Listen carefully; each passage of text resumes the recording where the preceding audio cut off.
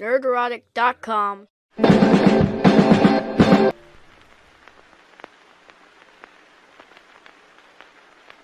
Yeah. Whoa. Ooh, that got loud fast. Let's do that again. Woo. Hello. They decided to, in my neighborhood, sometime randomly, they might turn off the power. I'm just saying, because of the deep freeze last year in Texas, all the infrastructure, I guess, is going underground. They need to change transformers, and it just could happen. Or it might not, because it was supposed to happen the last 3 days, and it didn't. So we'll see. We're going to forge ahead with the Nerdrotic Nooner. Welcome, everybody. My name is Gary Beekler. I come to you from Nerdrotic.com, and this is, of course, the Hump Day Nooner, where I am joined by Chris Gore from Film Threat. What's up, Chris? Hey, Gary. Thanks for having me again. I can't believe it. This is awesome. Always great to chat with you, and also great to be in the same room, well, virtually, as Quarter Black Garrett. So This is awesome. I'm excited to be here. Namaste. There's too much to discuss. Too much. You are getting a little... Yeah, and he is getting a little namaste down there, isn't he? At least he's not wearing his fucking man bun today. Jesus. Oh, I'm going to get it cut. I'm thinking I'm going to cut it down. I'm going to trim it. Not all the way off. I'm gonna trim it down. No. Why? Yeah. Well, it's just getting a little frayed at the end. I try to trim it up. Plus, my wife is like, you look like a greasy nerd. Trim it down. What's wrong with that? Oh, okay. Well, she's saying trim it down, then that's what you got to do. The whip has been cracked. There you go. Especially when it's like baby mama, quattro baby mama.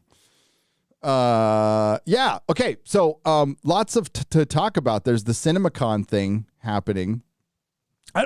There doesn't seem to be it's not earth-shattering news from CinemaCon. It just seems like here. Let's talk about the 4 movies that are coming out in the next 6 months. That's what it feels like to me. I still probably would have liked to have gone because it's in Vegas. So next time we'll probably go. But then there's the glorious Twitter meltdown, which has been glorious. It's been wonderful. It has been a great 72 hours on Twitter, probably the best 72 hours I've ever had on that platform. I didn't mind spending a bunch of time on it, just reading and laughing my ass off, which the memes have been great. The meltdown has been great. As the kids say, the copium has been, it's been great. Everything's been great. I've seen people out there saying we won. I wouldn't go that far. I'd say we're winning a battle. We're winning right now. Winning. Yeah, but I think you should also enjoy it. You out there have earned it. You're not insane. You weren't taking crazy pills. Shadow banning exists. And I know there's going to be, okay, listen, there is shadow banning in Quarter Black Garrett's case. Very charming fellow associated with Crowder, gets demonetized, shadow banned. And then there's just not very good YouTubers. There's a difference, okay? There's a giant difference. So let's make that distinction right now. Yeah. But we're talking about the very good people who have been shadow banned, at least talented. They're putting in effort, their content is good, and all of a sudden, it's just you don't see it anymore. I saw Dean Cain. The faucet gets turned right off. You don't get shared. You literally find out that there are hidden options and settings for Facebook, just to put that out there, that have you blocked, that say do not share stuff from Steven Crowder, don't share it from Tucker Carlson. This was an actual leak that came out of Facebook. So shadow banning is a real thing. It was definitely a real thing on Twitter, because I was telling you guys earlier, I experienced it I had a Twitter account that was unknown basically. And then I joined Steven, and over time I got more interactions, and then it started going down, and it got slowed, and then it just hit this plateau for a long time. And like you guys were saying earlier, yesterday, the last 2 days, I've gained 2,000 followers. That's kind of crazy in the last I mean, the last 2 years, I've gained followers, but not at the rate of 2,000 in like 2 this. days. This Like is- that's crazy. Ridiculous. Tucker And Carlson. who knows? Maybe it's people coming back to the platform. Maybe it's the faucet getting turned back on. Could be. Who knows? But it's just strange. It's a Within little the realm weird. of possibility. Yes. It could also be that they just turned the faucet off because they wanted to hide the faucet from fucking Daddy Elon. When the plumber arrives to fix the issue, just turn everything back on quick. What does Neon call him from Clownfish? Space Daddy? I like that. Yeah, Space Daddy chill. That's probably what it's. And the people are going, it's got nothing to do with it. It's not going to take over until October. Dude, he's already in there. Shit's cleaning house, man. They're cleaning all the house. They're cleaning it out, man. Definitely. They're burning the files. Well, they've definitely done something. I mean, the one thing they put a hold is, I worked at a tech company for a couple of years. I understand, you go through these things called sprints. So you come up with like, what are the improvements you're going to make in the next version? And you're always updating, right? Like for some companies, it's more frequent. You do a different version of your app. All of that is on hold. That's very interesting when Elon is like, no more, you're not going to be messing with it, because they could put some things in there that could screw it up. But I gained 700 followers yesterday for no reason whatsoever. I post on Twitter maybe a couple times a week now. Mostly I just retweet and promote things that I'm involved in. But to have 700 in one day just out of the blue is completely unusual. Second thing is, one account you want to pay attention to. I know everybody talks about libs of TikTok. You have to look at Sarah Gonzalez. Do you follow her? I was going to bring her up next. Yes. Sarah Gonzalez. She did a series of tweets. First of all, she went on a tear on Monday, but all the tweets were like things you previously you could not say. Could not say. And these are just sort of, to me, like basic common sense truths. There's nothing. She's not saying. I don't think she's saying anything radical, or she's not saying anything hateful. She's just saying truths. And she did like this whole bunch of them, and she got reported, but then nothing happened. Did you see? You should check her out. Yeah. All of it. None crazy. of the reports came back, and she didn't get blocked for any of it. The winds are changing. Dude, it was so good. She's like, being fat is not healthy. Yeah. Stuff like that. Anthony Fauci is full of shit. Only women can give birth. It's so good. Yeah. It was benign stuff that in normal society is okay to say, like ivermectin works, because it does. Yeah. It does what it's supposed to do.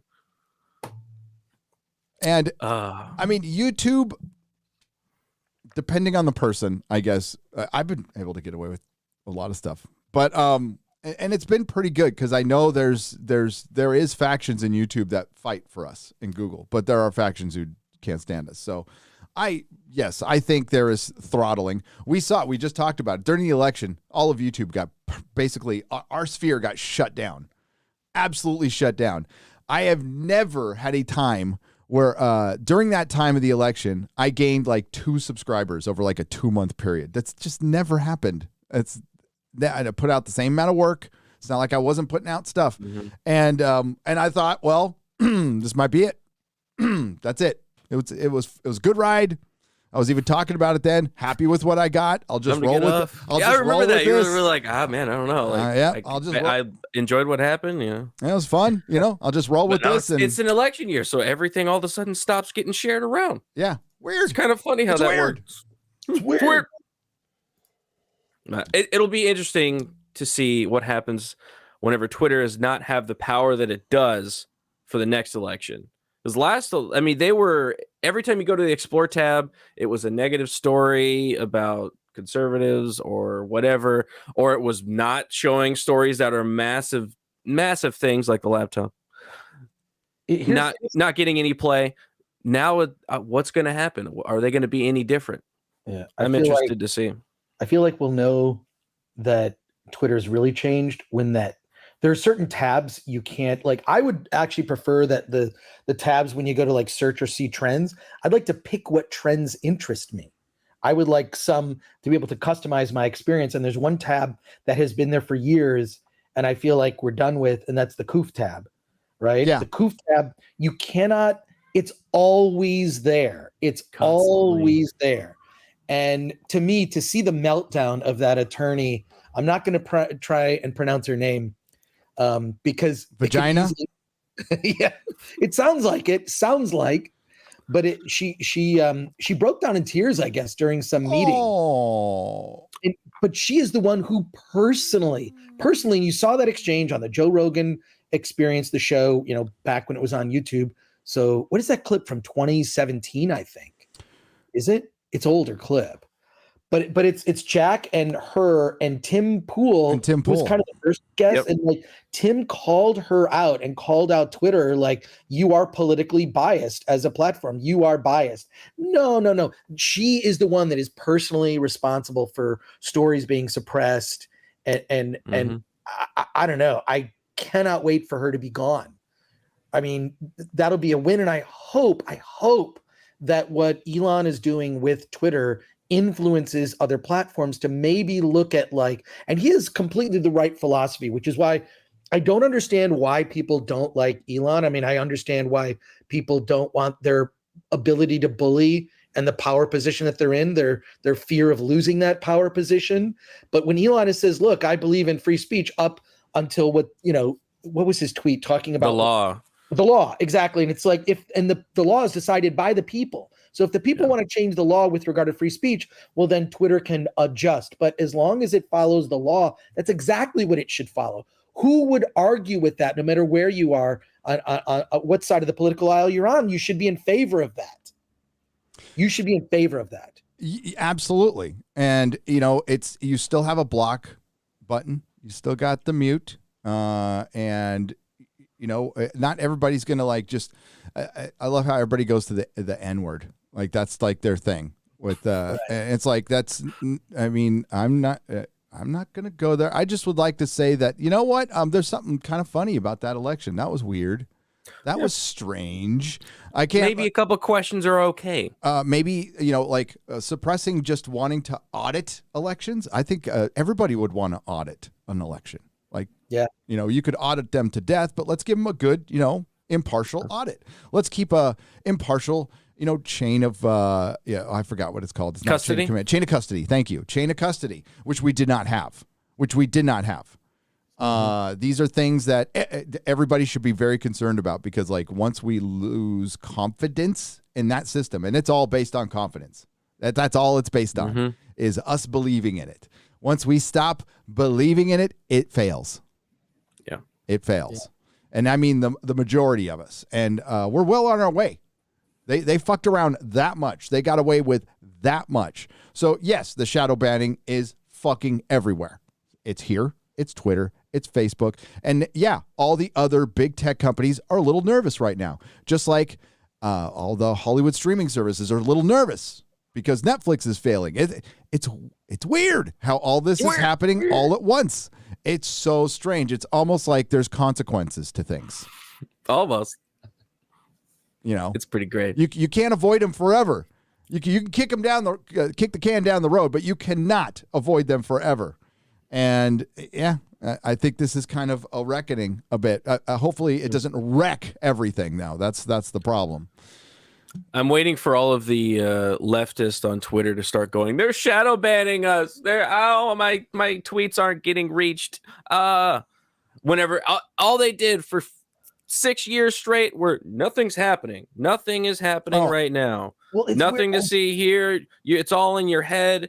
All this stuff is in your head. And now all of a sudden, you saw, I hate to get more political than we already are getting, but Jen Psaki going up there saying, we are really concerned about big tech companies and the power that they have over the American people. I was like, what the are you? Now they're concerned. You're concerned now. Yeah. Okay.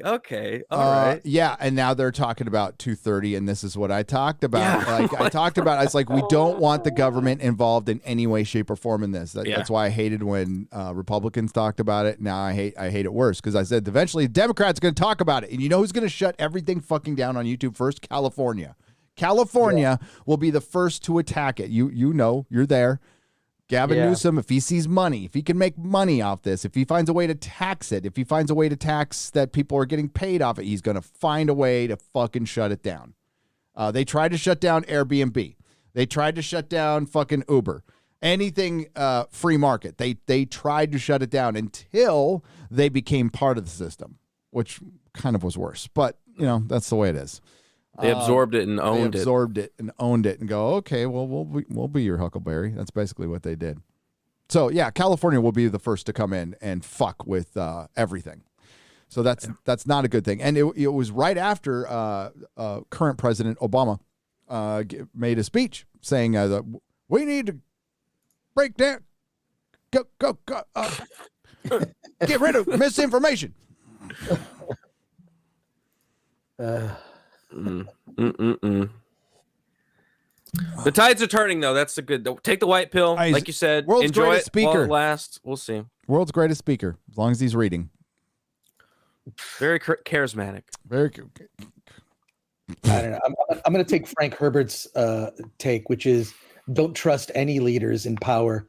That's the whole. That's what Dune, I like that. Yeah. That's what Dune's overarching. One of the themes in it is that don't trust charismatic leaders. In fact, the more charismatic, usually the more damage they do, which is why he hated JFK, but he actually liked Nixon because Nixon, you kind of knew who he was. I mean, the guy was an asshole, but like JFK was awful because he got us involved in Vietnam. He's very charismatic, so he could push through and get things done, but these things were not always in our best interests. So he kind of based Paul Atreides off JFK, which is weird, but yeah, there you go. Well, I think the same thing is true with Elon. Don't just trust Elon because he's coming in and sweeping away the people that we knew were trash. I like Elon for a lot of reasons, and I think he's probably, I'd trust him more than what they have already at Twitter. True. But until he starts really doing something to change it, still question. I think it's not a time to put your guard down. Just celebrate the fact that we're slowly making the moves toward better discourse. Yeah, and it shows that we got to keep fighting. Like every time, because like this could get slapped back. Don't get discouraged. Don't be all black pill. Don't. Yeah.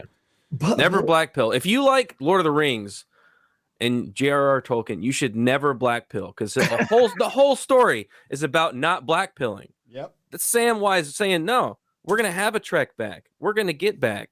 We're gonna win. It was about fighting a Eric losing July battle. always says, we're going to win. We're winning. It was about fighting a losing battle. That's what they knew. They were like, this is like, our chances are not good. We're sending some midget into hell. And, our chances are Think of just how not many good. times they could have black pilled, man. Yeah. They're at the gates of freaking Mordor. They could have black pilled and like, oh, well, this is all screwed. Yep. I guess we'll just give in. The dead marshes, black pill. Yep. Dead bodies floating around, little candles lighting. Nah. I never thought of it that way. That's a great way to think about it. It's just that positivity and optimism, that's like the whole soul of Luke Skywalker is built on that, right? It's like, no, I'm not going to, the traditional way to resolve that story would have been that he kills his father and defeats the bad guy, but the bad guy is his father. Can he be redeemed? Which is a very Christian story. It's, about redemption and so I loved Luke Skywalker as a kid. It was just like, okay, no matter how bad things get in my life, all the little stuff swirling in my world in, junior high and high school, whatever, like Luke Skywalker kept his head up high and was positive no matter what, the circumstances were. And Luke Skywalker did the thing that there's a whole book about this, Save the Cat, right?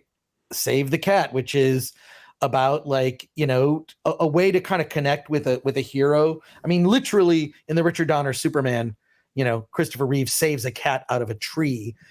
Ripley in the original Alien saves Jonesy the cat, which yesterday, I don't know if we brought it up. Yesterday was Alien Day. Yeah. Didn't know that. 426. Yeah. LV 426 was the planet where they, anyways, I posted something on the film threat Instagram. It's like, it's like a fake poster of Alien, the short version. And it's Jonesy picking up the little alien that burst out of Kane's chest. It's just which is funny if you go to that. It's how it should have ended. Yeah, but I mean, I don't know. I think the Alien franchise had 2 good movies, and I actually kind of liked where Prometheus was going, but did not. I at least like the setup of it. It didn't. Yeah, it ended up not going there. Hey, we got a quick super chat. The Grizzly for $20. Thank you very, very much. Grizzly says, "What do you think of all the delays of every movie in the next few years? I completely forgot that there was a new Jurassic Park movie coming out next month because of all the movies have just stopped advertising themselves." Yeah, it's It is kind of strange how they've been doing that. You're not even sure if the upcoming release date is the upcoming release date because they may at any point just push it to next year. I don't know. I don't get it. I get it why they would do it in 2020, and I get it why they would do it kind of in 2021. But now everything's ramping back up. Why would you push it? Oh, I think the reason for that is that then Gary's brought this up is the habit's broken. The habit is broken. Now, I don't think that's true necessarily in where I am in California. I mean, like I go to the movies mostly every Thursday night. I'm at the movies, same theater. I'll see whatever movie's opening that day. It's packed. It is packed. I mean, it is. Although I'm always kind of weirded out when I sit next to someone wearing a mask in a theater and we have our assigned seats and they're in a mask and I'm not, because I'm not gonna wear a mask. It's over. It's done. I'm done. And I always get this nervous tick, like I start to cough, and I feel bad for the person sitting next to me because it's like a nervous reaction, like, oh, I'm sitting next to someone who's a hypochondriac, I guess. Yep. Or who knows? I don't want to judge too harshly. Maybe they have some, and I feel bad. I'm like, all right, well, we're going to enjoy the movie together.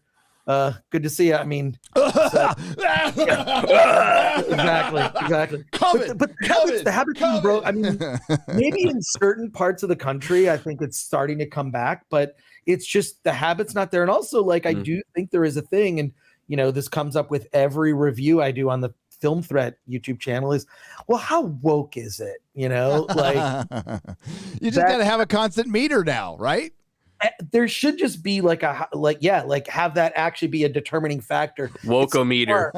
It's so bizarre. And now this stuff is like, did you see the thing that Google, I have to look for the story, where like in documents, they want you to use more in Google Docs, which I use Google Docs all the time for my business, for a lot of different projects. And now they want you to use more inclusive language, and Google Docs will suggest things, like that annoying paperclip, which I always would turn off. Yes. On Microsoft stuff. Yes. So now in Google Docs, they're suggesting more inclusive language. And another thing, I don't know if we've talked about this, but Final Draft has a lot of tools for screenwriters. Yes, it does. This one new tool about, is your script diverse enough? That is I want to use that. I want to just write a script, the worst script ever, and use that tool.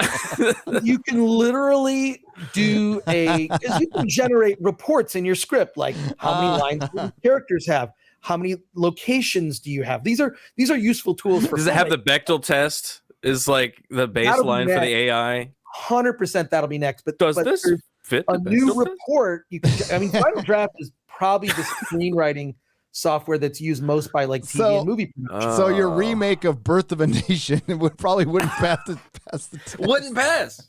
I don't know. It could be pretty would not pass, right? I mean, you could like parts of everybody in that.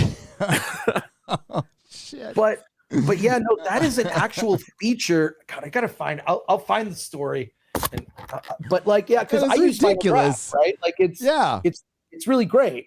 I've used it. Are you using the right pronouns right now? That's going to come up, right? You're furiously typing away on your script. I'm like, I'm on a roll. Oh my God, this is going to be the greatest thing. Like, ding! You didn't use the proper pronoun there, Chris. Yeah. That would be shitty. So a friend of mine who's a working screenwriter who does a lot of stuff. He says now people are putting in screenplays. They're putting in screenplays pronouns. In screenplays now, which is bizarre. Yeah. Google Docs criticized for woke inclusive language suggestions. So yeah, it's a. Oh, did you find it? Thing. Yeah, it's an article on it. Yeah, isn't that weird? Like, wow. I see. It's totally an easy thing. While you're writing away, it goes. Well, could you actually? What about this? Well, it's like use this instead. Use this. It's like sitting next to some annoying woke person trying That's to what Google is languages. an annoying person that's sitting next to you, constantly going, would you like to buy this? Would you like to actually change your whole lifestyle and your religion and everything? It's like that dumb paper Google, clip. man. I always hated that paper clip. It's just like, I know. are you writing a letter? Yes, go away. Fuck like, off. I know what I'm doing. I don't need you. Yeah. I just need a blank page. I don't need your suggestions, you know? And so this is worse than that freaking paper clip. And that is where we are now. That language is being policed by AI while we're just trying to use a tool. So Google trying to manipulate culture slowly through manipulating they are. God, I'm trying to remember where I saw somebody talking about this. I can't remember where, but they were talking about the school system and how easily it was to take over. Basically, it was just with a few radical people decided to volunteer for. There was one example of doing the PA and the announcement, the morning announcement. So one teacher's like, I'll do it for you. It's okay. And you found out that teacher went, oh yeah, it was in, it was at the end of that JSG video where they were talking about how easily the teachers took over. And yeah, she just took over the morning announcement and she just started throwing in as much LGBTQIA stuff as she could in the morning announcement. That's how they do it. So this lawyer gets a very powerful position at Twitter, and who's to say that she's not being fed, or she completely agrees with the politics of the New World Order or whatever the fuck it is, and she is one of their agents or volunteers. We don't know, or she's just all about it. Either way, that woman had power over our election. That should never happen. She wasn't elected. What is her fucking background? She works at a fucking, at not even the most prominent social media network. But it became the most powerful through the blue checkmark system and through the media. Through the media, it became way more powerful than it was. Thing wasn't making that much money. Doesn't make anywhere near what at any other social media, but it still wields a ton of power. So I still think, and it was making less and less every year. Yep. Like it was going down in quality, in user base, and quite frankly, it won't be like, I know Donald Trump isn't going to come back, but like he would add, the value would go up so much because the media misses him. They fucking miss him. Of course they miss him. That'd be ridiculous. I think Alex Jones should be back right now. Babylon B. Alex Jones, Babylon B. Yep. Wait, isn't the Babylon B back? They just haven't tweeted yet. Is that the case? Is that true? I don't know. I think they probably are. I think that. I know some, like their execs are, like their creative guys are still on Twitter, but I don't know. Maybe they're waiting because the way they ended that video of Twitter jail, it looked like they did get out. They did get out. Yeah. Hopefully, a lot of people getting their stuff back, except for Man. What happened? Wait, Drunk 3PO's back. His original account. Drunk got his back. Jeremy got his back. But Az didn't get his back. Sorry, buddy. Oh, poor Az. he did the worst thing. He did like Elon can't even bring him back. He did the worst thing. He said all men must die. That's all he said. Oh shit, man. But to answer your question about the film delays, yeah, I totally agree. It's confused the market, right? So well, wait a minute. I just saw a DC trailer that said all these DC movies are coming out this year. So, and there's a lot of people who are not going to know they're not coming out until like they're going to go, what happened to that movie? I thought it was coming out. Oh, it got delayed. Didn't you see it in the Hollywood Reporter? No, I don't read the Hollywood Reporter. I don't read any of that. I have a job. I have a fucking job. Right. Yeah. You just told me it was going to be out in 2022. Told my kid it was going to be out in 2022. My kid really wanted to see Batman and whoever the weird looking dude playing Flash was. And yeah, that movie's going to be a disaster, dude. It's going to be a disaster. And I agree with whoever said it out there. They are absolutely expecting Spider-Man No Way Home numbers with this. That's what they are expecting. The bankers, not gonna happen. The bankers do not see any difference between Tom Holland and Ezra Miller. They think they're the same person practically. They have no idea what the public thinks of these two actors. They just know, like, hey, the last one made $1 billion to almost $2 billion. Well, our movie with a bunch of superhero cameos should make $2 billion too. That's how dumb they are. They're really dumb. It's just weird that Ezra Miller gets away with what he's gotten away with, just his public bad behavior, and it's not been addressed, not even by his representation, saying he's going into rehab, he's doing this happened. I mean, they're staying hush because Flash isn't out yet. They don't want to mess that up. Exactly. Is it Ezra Miller or Vezra Miller? I don't know. Yeah, I don't know either. I think you don't want to assume. Surprising thing out of the whole story was like he likes girls. I was shocked. Wait, really? Yes. Wait, I never would have guessed utterly that. Shocked. No. Fake news. Fake news. But either way, he is very popular amongst certain producing circles in Hollywood, and I think he'll be able to get away with anything short of murder, and maybe even that. Who knows? It is Hollywood after all. Yes, it is Hollywood after all. It is Hollywood. Enoch Maman for $20 says, hello there. Hello there, Enoch Maman. Thank you. Good to see you here. And we got, oh my God, Mazit Wazad. Is it supposed to be like, you're supposed to say wizard, but like you're going, like Lord of the Rings, Wazad, like that? Is that what we're doing? It took me like a year to figure that out. I might be right. I might be wrong. We must rally. Oh, by the way, it's for $100. Not a by the way. Holy shit. We must rally behind the wrongfully Twitter banned Englishman. No, it's New Zealander, British American. Okay. He's a Kiwi. Who was thrown in the gulag for merely uttering the phrase, all men must die. We tweet to Lord Elon as if our lighting the beacons of Amandine and Minas Tirith. This aggression shall not stand. Hashtag free as. Hail! Free as. Free as. Free as.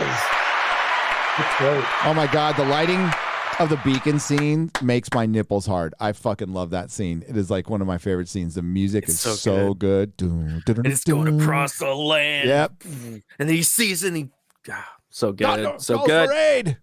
The beacons are lit. The beacons are lit. You're just like, yes. Wow. We're still be doing a review of all of these people who were banned for stupid reasons. I wonder if they're really taking a look at everyone that's banned. Like as I mean, in Drunk 3PO, like out of the blue, not like, and I'm not saying maybe Elon Musk does know who Drunk 3PO is, but like, are they going to do a review of these ones where it's just like, I don't know, but I feel like there just needs to be some equal way that like you look at like people that don't get banned for saying things that are far worse. And I'm like, how does this person get away with it and this person does not? It's clearly there's bias there, but there has to be some new review process, at least with new people brought in. Well, now that there's a changeover at Warner Brothers, I'm wondering if I can talk about this. Well, did you see Henry Cavill, Superman, which trends, I think, at least a couple times a month, is trending today.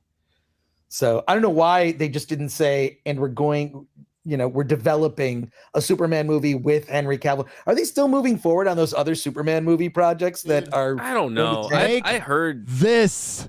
Make this. It's right here. It's fucking. You can make a trilogy out of it. It's fucking awesome. Oh God damn it.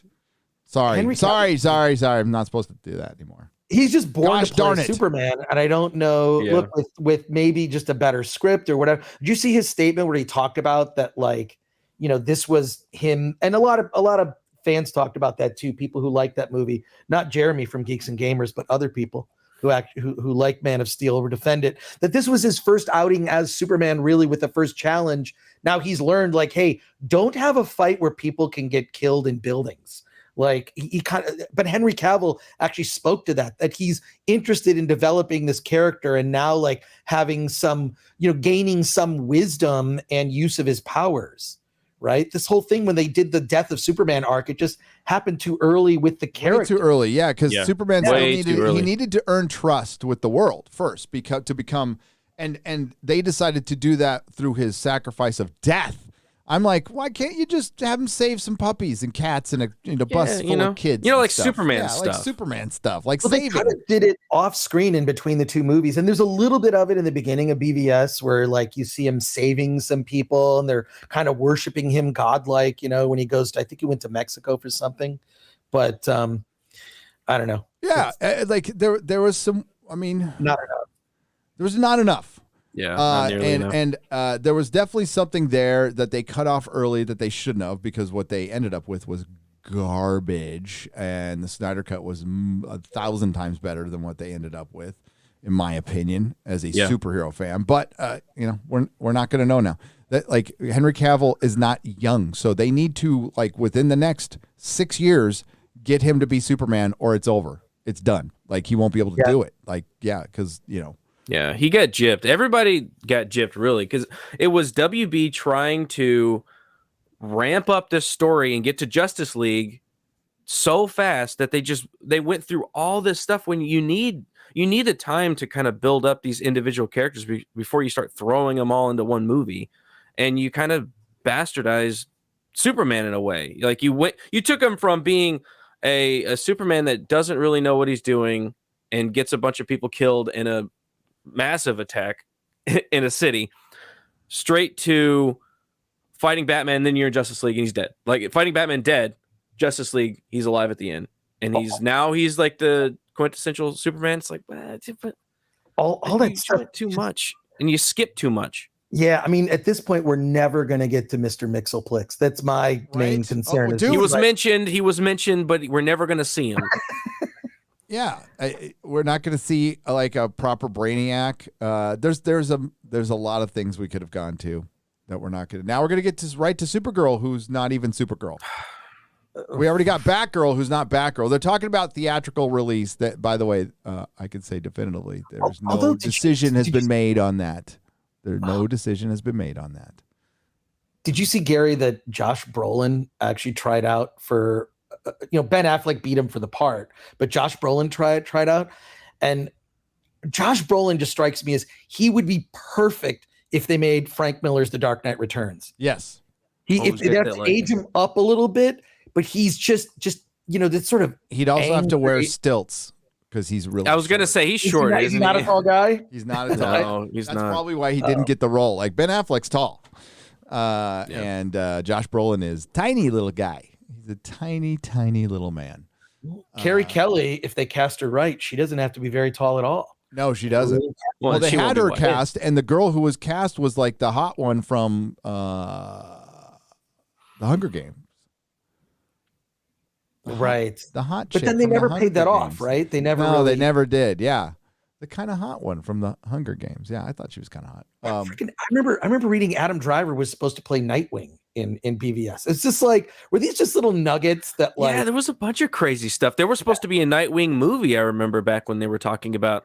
There's a Batgirl show and a Nightwing movie. And I'm like, oh no, it's terrible. I'm sorry, I'm not a Nightwing fan. I always thought. Do you remember the old school costume where he looks like he's doing like the gold escapades? With the golden collar. I love Nightwing. I like Nightwing, but like Adam Driver. No, Adam Driver, he's too old and he's got his face. He looks like John Travolta. It'd be like John Travolta playing fucking Nightwing. What's going on around here, Batman? Come on.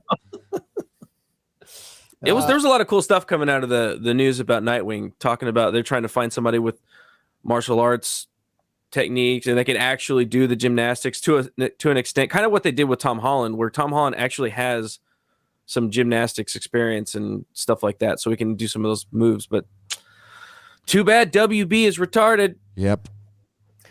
I think they're going to be less so going forward because it sounds like the people in charge are at least looking to make films that are profitable, unlike Marvel at this stage, where I kind of think Marvel is Marvel's best days are behind it. That's kind of 3 years ago. Endgame 3 years ago. I saw a tweet. It blew my mind. I was like, they've been floundering for 3 years. Yeah. They're never going to get back on the top like that. It happened right at the end of a decade, which is trends change. you're just not going to be able to ramp that back up. Yeah, these things it's going to be too hard to do. Right? As you know, Chris, these things take tons of time from concept to fruition to release date. It's years. We're now about that time away from when Kevin Feige completely took over the MCU. Like, it is his show now. Like, he runs every aspect of Marvel, right? He oversees the comic books, the fucking games, fucking everything is like the buck stops with him. It's too much shit for one guy who's not truly a creative. I think he's got like probably pretty good producer instincts. I would not argue that. But his name is attached to a lot of those duds from before the MCU that people just automatically forget about. Like he's right there. For one, he was attached at the hip with Avi Arad for a long time. I don't think they like each other. That's just especially since Avi Arad thinks he stole Marvel from him. But aside from that, which he might have. Who knows? I mean, we don't know. Avi Arad's not great either. But it's his call now, and we're getting like milquetoast boring at best. That's the best possible thing you can hope for is some milquetoast fucking Disney Plus show, which we haven't gotten yet. They're obviously very inexperienced at TV, like really inexperienced at TV. It's not something. Shows. Let's just start making TV shows, although we've never really done it before, and we could just do it. We'll just take movies and stretch them out. We'll take our, because I promise you, Chris, the Moon Knight show was a Moon Knight movie script that they repurposed into a TV show. And the same goes for Boba Fett. Same goes for Obi-Wan. Same goes for fucking WandaVision, Falcon Winter Soldier. All of it were all movie scripts that they just like, oh, well, we'll just pad it here a little bit there, throw in some agenda. There we go. It's what they did with Boba Fett. Yeah. It's the Disney way. I just think it's a lot of inexperienced people at a lot of levels, whether it's the showrunners or the writers. You're looking at very inexperienced people running the show. And this is why none of these shows have really, and they've sort of like culturally like fizzled out, right? Like there's not that like debate or discussion, online about these shows. It's kind of like, it's almost like, they're just trying to like push it so hard. It's not working. And for me, it's just inconsequential events that happen between the movies. And I really just care about the movies. It's kind of like, so none of them have grabbed me. Moon Knight, watched the first episode and just didn't care after. And now, and I feel vindicated every time, because then I'll just see everybody complain about how terrible Moon Knight is. And I'm like, dodged a bullet. I saved myself 6 hours of my life where I can watch like other shit. Like I saw this bizarre another Indian movie. Other countries are kicking our ass, by the way, when it comes to like big spectacle cinema. I saw this movie called KGF Chapter 2, which is basically, I don't even know how to describe it. I'll describe it simply. It's like a crime lord, like sort of based on Scarface, took over the entire state of Florida, turned it into a gold mine, and went to war with the White House and the United States. It's so over the top. It's comically ridiculous. But it's done in this sort of Zack Snyder slow-mo, fast-mo action, that Snyder's like great at. But like this, like I don't know if you ever saw that movie RRR. That one was awesome. And now these movies are getting bigger releases. I'm like, how are these movies why are they coming here? Because ours suck. Yeah, because ours suck. They're having fun. It looks like that's what I see every time I see a trailer of one of these films. I've not gone to see one. I need to go see one. Damn it. Well, I want to go see RRR, but like they just look like they're having fun, which is what we're missing these days. It's unbelievable. It's fun. You see even in like, because there's like so many videos of the RRR cast. Like there's videos of showing people watching the movie or the trailer going nuts. So you see there's a whole community they're building, but it's like, I know you hate that word, Gary. Sorry, I'll come up with a different one. But I know commie word. Don't use those commie words. Yeah. But no, KGF Chapter 1 is actually on Prime Video, Amazon Prime. So if you have Amazon, you can watch that. You don't have to pay for it. It's there. And KGF Chapter 2 is in theaters, and there's a new one that's opening that I might check out. But what's weird is that how is India exporting their movies here? And we're hearing more and more reports of our films made in the United States, which used to be popular overseas, are not popular overseas anymore. Woke. And you can say they're being banned because of like, oh, there's like a kiss or this, and they'll cut it out, but then they're not even being released. No, because they're. I mean, like Disney's now painted themselves into a woke corner. They cannot cut things out for other. I would still argue that if China had asked them to cut out 6 seconds of Doctor Strange, they would have done it in a heartbeat. Saudi Arabia, what, $1 million? $2 million that you're going to get out of fucking Saudi Arabia in a release. Yeah, we're not talking like China, which had like Ryan talked about this. The China factor on Ragnarok was fucking huge. It's like to the tune of like $120 million. That's $120 million you're not getting now. You're not getting. It's gone. So pull up this article because I want. You were just talking about like inexperience. You're so spot on that one, Chris Gore.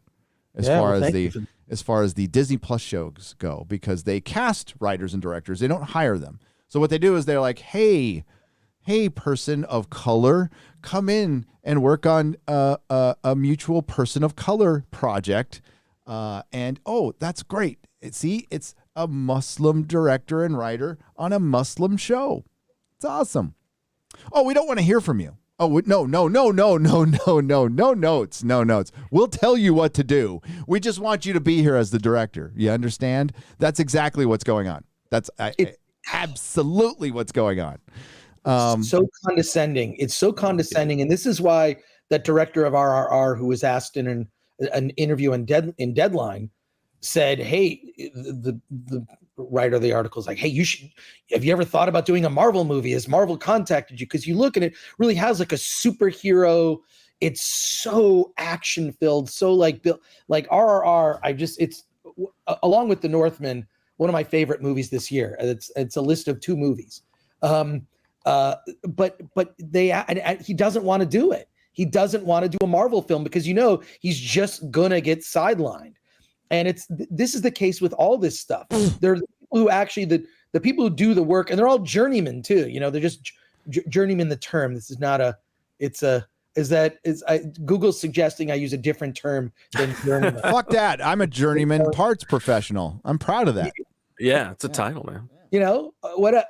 But in any case, all this stuff is just, I think it's just due to really inexperienced people being put in charge. And this whole like casting, you're right, Gary, they kind of cast like, well, this will look good if we get a certain type of person, because I don't know, people just need to stop caring about what people on Twitter say, as much as like Twitter may be just a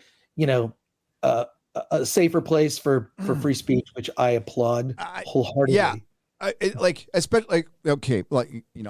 my MCU video, right? It was for the stands, man. Great. That was for you guys. It was great. It was actually inspired. Right there, back at the ballpark. For you. The murdered franchises. Get that in your watch history. Don't leave the stream and watch that again. And Gary, you really messed me up on the 5. I didn't guess. I was guessing. You had me guessing until the end. But you got to do a sequel to it. Do a sequel. Oh, we will. Oh, there's plans. We've got a couple of more planned. That's our evergreen product. We're trying some evergreen product here, so stuff that'll last more than a week. We'll see if that happens. You ultimately decide. It performs totally differently than any other video on my channel, so I don't know but we're very proud of it. Perry had the time of his life. Save it whenever people go like, "Hey, what is the MCU? What are you talking about?" Just link, boom. Yeah. Got a video. Okay. So Yellow Flash asked me to come on Flashcast, and he's like, could you explain the MCU to Lofty? I'm like, sure. So I took some notes down. Of course, Lofty didn't fucking listen. He like tuned out like 2 minutes into the conversation. I hear him fucking typing. I'm like, fucking millennial. But I'm like, hey, this is a good idea for a video. So I wrote it down, told the guys at Discord, and they're like, yeah, let's do it. So, okay. But I can tell to anybody, I get the normal amount of Stan criticism, and I will drop fucking names next year. Next year, I will drop names. People from Marvel who have worked with Marvel like those videos. They're like, good job, spot on. They're saying shit like that to me. People from fucking Marvel. So I can't wait to just rub it in their face a little bit, just a tad. But just a little. Just so we have one Basha K Ali.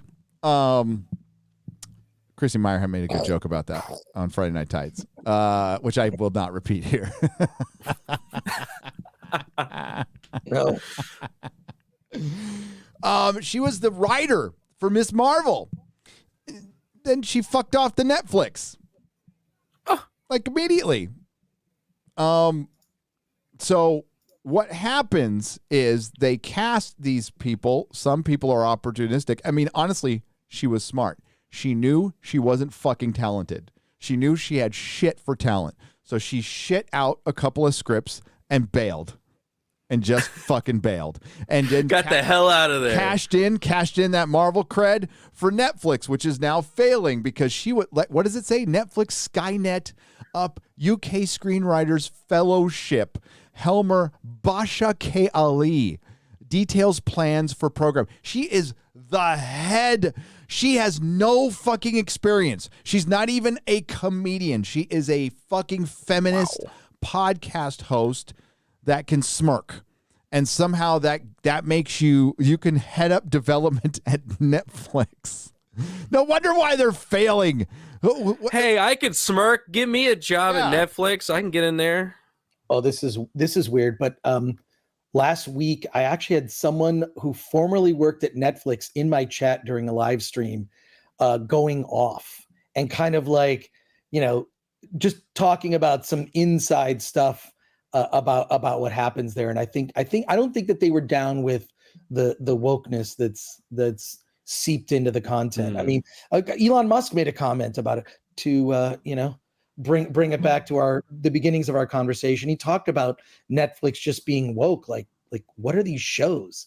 Yeah. He's expecting all these. I mean, like it's kind of a joke at this point. It is. I'm like I saw. By the way, thanks. Podcast of the Lotus Eaters shouted us out. Sargon gave us a little shout out. I guess. Nice. We're talking about Doctor Who, but he was talking about accelerism.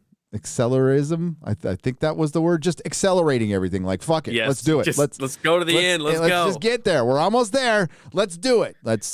He said something about James Bond being a communist lesbian immigrant in a wheelchair. I'm like, yes, let's do it.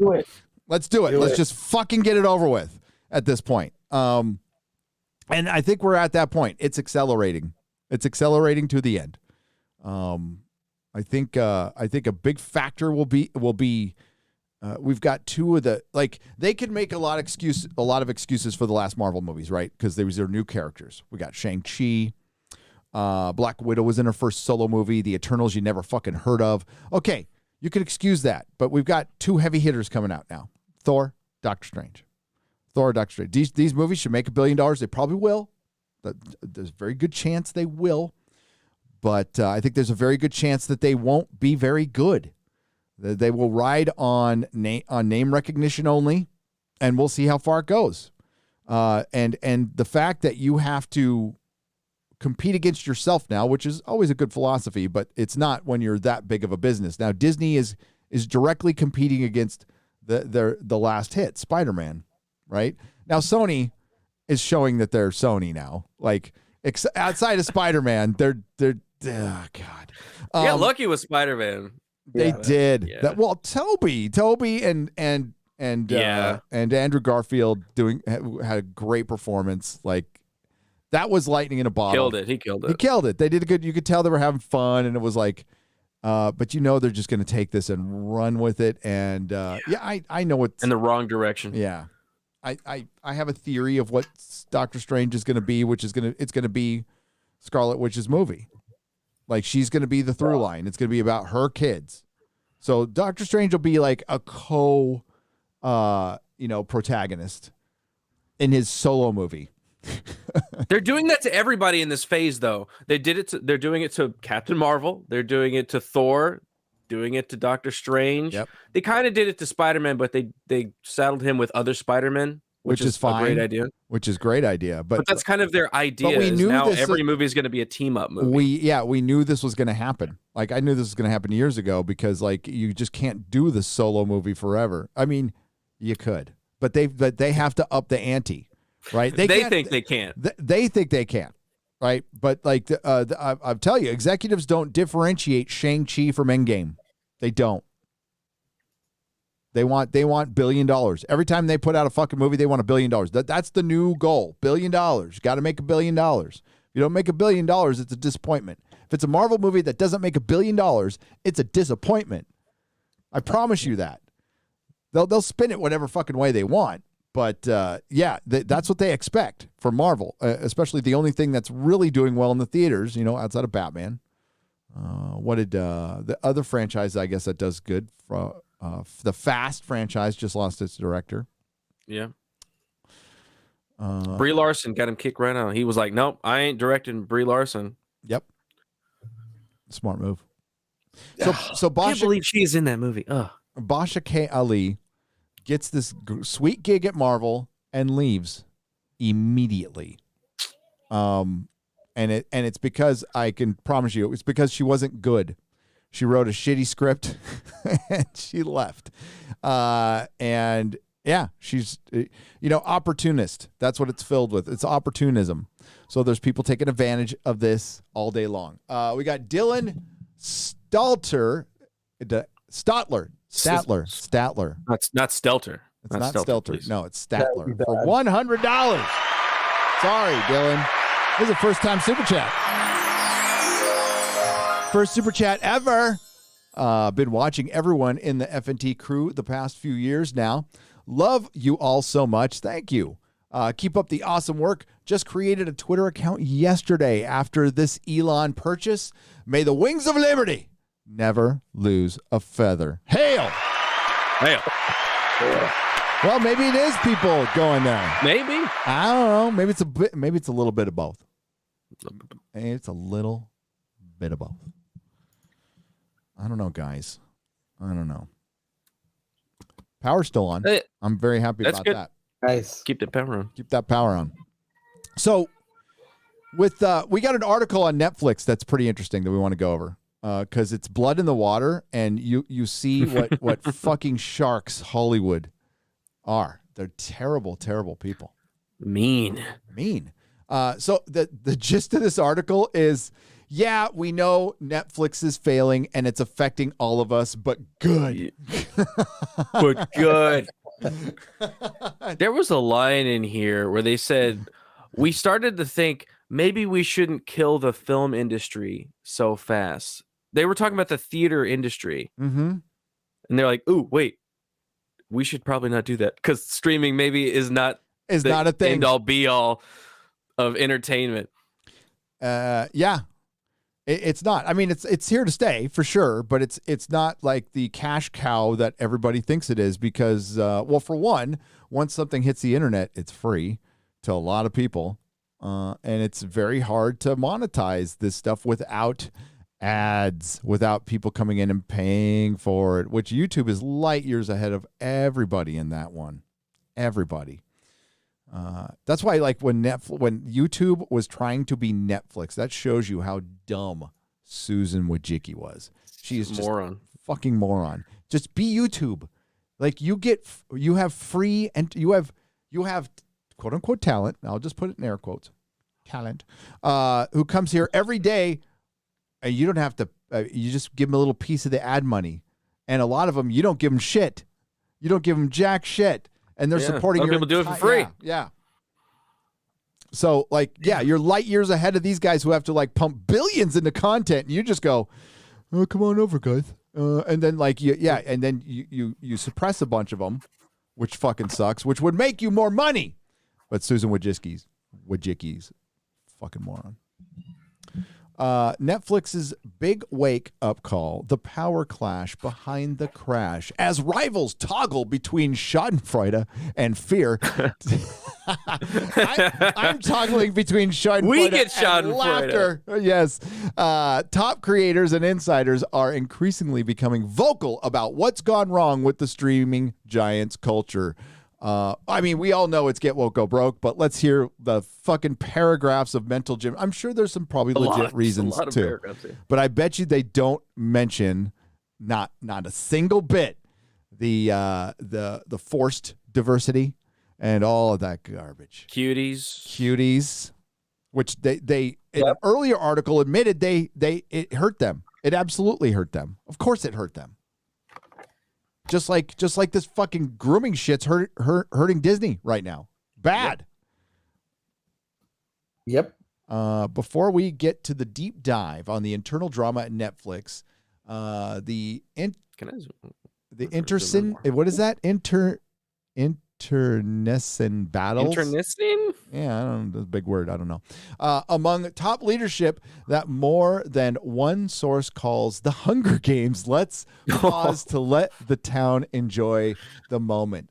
The thing about Schadenfreude is that the Freude part, the joy, is usually savored when the Scheiden, the bad thing, happens to someone else. In this case, Netflix ongoing debacle, however, the streamer's competitors acknowledge that they are damaged themselves by the sudden discovery that maybe the sky is not the limit when it comes to streaming, but they are relishing in the bad news anyway. Let's go. Oh. Wow. Wow. We'll all go together when we go. Yes, says a top executive at one of Netflix legacy studio rivals. The news has dinged valuations and been bad for his business, but it fucking feels good. That's a quote. These people. That is a quote. It fucking feels good. Man, while they sink into the abyss. Fuck you, Chris. We're in the same boat. But I like it anyways. Chris, Mr. Hollywood man, explain this logically to me. I don't know. It's a certain mindset. Look, I've been peripherally in like Hollywood, right? Like I've known a lot of people as they've kind of like gone up, usually transitioning from an indie career to a Hollywood career, where then they have to learn to play politics and be diplomatic. So I've observed that. I've also like done television. I did like my first big TV thing was at FX. I'd done some little things like on E and whatnot, but like nothing anyone would have heard of. So, I sort of had like 1 foot in, 1 foot out. When it comes to whatever my entertainment career, I consider myself kind of like Boba Fett in the sense that like, I'll work for you. I'll work for you. But I prefer indie film because indie film is, you've got people sort of at least at the beginnings of their careers trying to build something. And it's also a much more pure vision. But people at that level don't celebrate people doing poorly. It's just that I think there's so many, I hate to say it bluntly, there's so many assholes in this industry that when people fail who deserve it, you're kind of like good, people who are complete.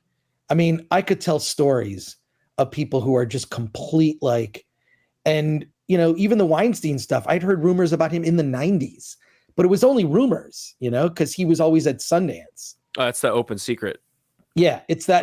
But it was just like something I heard. It's just like, oh, well, that's weird. I don't have any direct knowledge or whatever. But yeah, I don't know. I think Netflix is. Netflix was the early leader in that game, right? Yes. Kind of set a lot of the rules with like, hey, you drop your series all on one day. Here's how you can. They're great at marketing. And by the way, the reason they've done so well in the Oscars is they basically hired the woman who ran all of Harvey Weinstein's Oscar campaigns. Netflix hired that person. So she runs all that. That's why their movies are, I'm not saying they don't deserve it. I'm saying that I hired someone who knows how to make those campaigns work. So what's weird is Netflix's future, right? They don't have any of the Disney stuff, the Marvel stuff. They're trying to make their own blockbusters. I don't know how well is anybody talking about the Adam Project? They did for a couple days. Red Notice. Yep. No, like these things were like, we're making blockbusters, but they bought a movie theater in the heart of Hollywood. They bought the Egyptian, and now they're doing reconstruction on it. I have no idea. But, when they say like day and date, the day and date theaters and VOD is a model that doesn't work for bigger movies. It might work for video on demand. Like it works for independents because a movie opens in New York and LA only. Well, if I don't live in either of those cities, I can't see that movie. But if I can also see it on demand, and the reason to open it in those cities is that's because, at least from the perception of, publicists, that's where the big critics are. So that's how you get your Rotten Tomatoes reviews and all that. So you open a small indie movie in a couple theaters in New York and LA, you open it on video on demand on the same day, and it does well. Those are small movies. These are movies made for like under $1 million, right? Yep. But that model doesn't work for Hollywood, at least what Netflix aspires to be. It doesn't work. That doesn't work at all. So when they say like, Power of the Dogs in theaters, it's like, no, it's on Netflix. Why would I go to a theater to see it? What's the point? I just think that there's going to be some consolidation when it comes to the streaming services. I don't see any of these companies going out of business because even something like a Paramount has library, right? They've got so much in their library but you're going to see some consolidation and some mergers. And I think it's also like where the economy is at. Freaking, what are we at? 9% inflation and we're at shrinkflation. God, I went out to dinner last night. I'm like, this was the burger that I loved at this place. It's weird. It used to be a $9 burger, is now a $16 burger. And it's probably not as good as it was because 100% not as good. Portions shrinking. I mean, this is just sort of my, anecdotal like observation of like, hey, I go out to dinner a couple times a week. I'm noticing the prices are higher, the portions are smaller. I call bullshit. But there's going to be some, because people are looking at like, look, if I cancel my $4.99 streaming service, that's $60 a year, right? That's, I really think this has to do with inflation and people saying, look, I don't need every streaming service. You don't. These are luxury items. That's what I was painfully aware of at the comic store. Every fucking day was a recession. I'm like, I'm the first to go. I am the first to go. I will be the first thing cut off. So, you hardly hear Hollywood being honest with itself. I think the closest thing with that is the Ankler does stuff, but I always see the stuff in trades as bullshit. It's announcements of stuff that may or may not happen. It's information that's going to change. It's, press releases repurposed as news. It's bullshit. And then occasionally there'll be some type of journalism and reporting. It's rare, but it happens. And people will speak off the cuff. But and I feel like it's the same way in government. There's like what we see people say, and then there's what they say behind the scenes, which is a completely different story than what we're seeing. There's the narrative. Yeah, I think that era is coming to an end. I think that era brought us Trump. It did. That's what's so great about, at least the good part of social media and a free internet is it blows away the narrative. The narrative can't last because you can point out facts. And this is where it's so satisfying to see what's happening with Twitter right now and see someone like a Sarah Gonzalez go off and just scream. Like I felt like she was like screaming, kind of like that scene in Network. Yes. Like I'm not going to take it anymore. It's Sarah Gonzalez going off and just stating very basic truths. And the Babylon Bee was the tipping point to me. Like that was like, how could the Babylon Bee making a joke? And I think that's also kind of, if Elon Musk ever does an interview and talks about it, Elon Musk did a great interview on the Babylon Bee YouTube channel, which I recommend checking out after this stream. But I think that he was a big fan of the Babylon Bee. And when that happened to them, that kind of got his notice, like, hey, a place where free speech can be exercised and just objective facts that can be respected by everyone. That's important because Elon Musk, if anything, is a science. He's a guy that understands science. No one gives I love hearing about how he kind of runs his organization. Gary, you have more insight than I do. You work for the man. But like, I love like reading about like how this guy does not suffer fools. No. Right? No. People get no, they don't. He does not. I think the guy has like a mild Asperger's, but I think it works for. I think it works well for him. I think it does because it does cut through that fucking bullshit. It's just very matter of fact. Let's cut through the minutia, which there's so much minutia and waste, and he doesn't believe in that. He doesn't believe in that. He definitely tries things that cost him money, and I experienced that. But at least it's trying. I'm trying something different. This could cost me a lot of money, and sometimes it did. Sometimes that's how we get into space. Yep, people tried a different part. You have to try the hard thing. Turns out that part wasn't galvanized right. We had to ditch all of them, which was, but that's just the way it goes. But I did want to ask you. You worked for E for a little while. Okay, did you ever go to the E Christmas party? I did. I went to some of those. I went to a couple of those. So you went to a couple of those? Okay, yeah. So I went to like G4 had one. Then they'd have this one that they would do in the courtyard where it was like all the channels. So like the Style Channel and E and G4. What was so funny about it was G4 was all like people wearing like, Batman and Marvel shirts and Star Wars stuff. And like you definitely saw there was a clear delineation between like you worked for G4, you're a freaking nerd, and then you worked for E, and it was mostly women and gay men. I'm just going to flat out say it. Yep. Or let's say very stylish men. Of course. Very, very fashion conscious men. And then the sort of frumpy, dumpy, which I fit in very well, with all the nerds from G4 talking about comic books and video games and movies and whatnot. Like that was, and tech, whatever. Yeah. So it was just funny when like you'd see them mix, because it was like an incredibly awkward. It was just really awkward. So that was fun. That was fun to see. Yeah, it was. Yeah. Yeah, I talked to the staff. I didn't. And I was like, I don't even know what the fuck I'm doing here. So I ended up talking to the bartender, and we just chilling out. My almost Me Too moment, though, I can't remember her name because I got the one who was on E News forever, the chick who was on E News forever. So Joel, the talk soup guy, is like paying people to slap her on the ass. Oh my God! Like as a joke, right? She's like got her ass out, and I'm like, hey, no, it's a party. I'm not gonna slap her on the ass. I was like the one guy who wouldn't slap her on the ass. I'm like, no, I'm not gonna. For a while, I was married. I'm married. I'm not gonna slap another woman on the ass. But he's like, come on, dude. I'm like, no, no.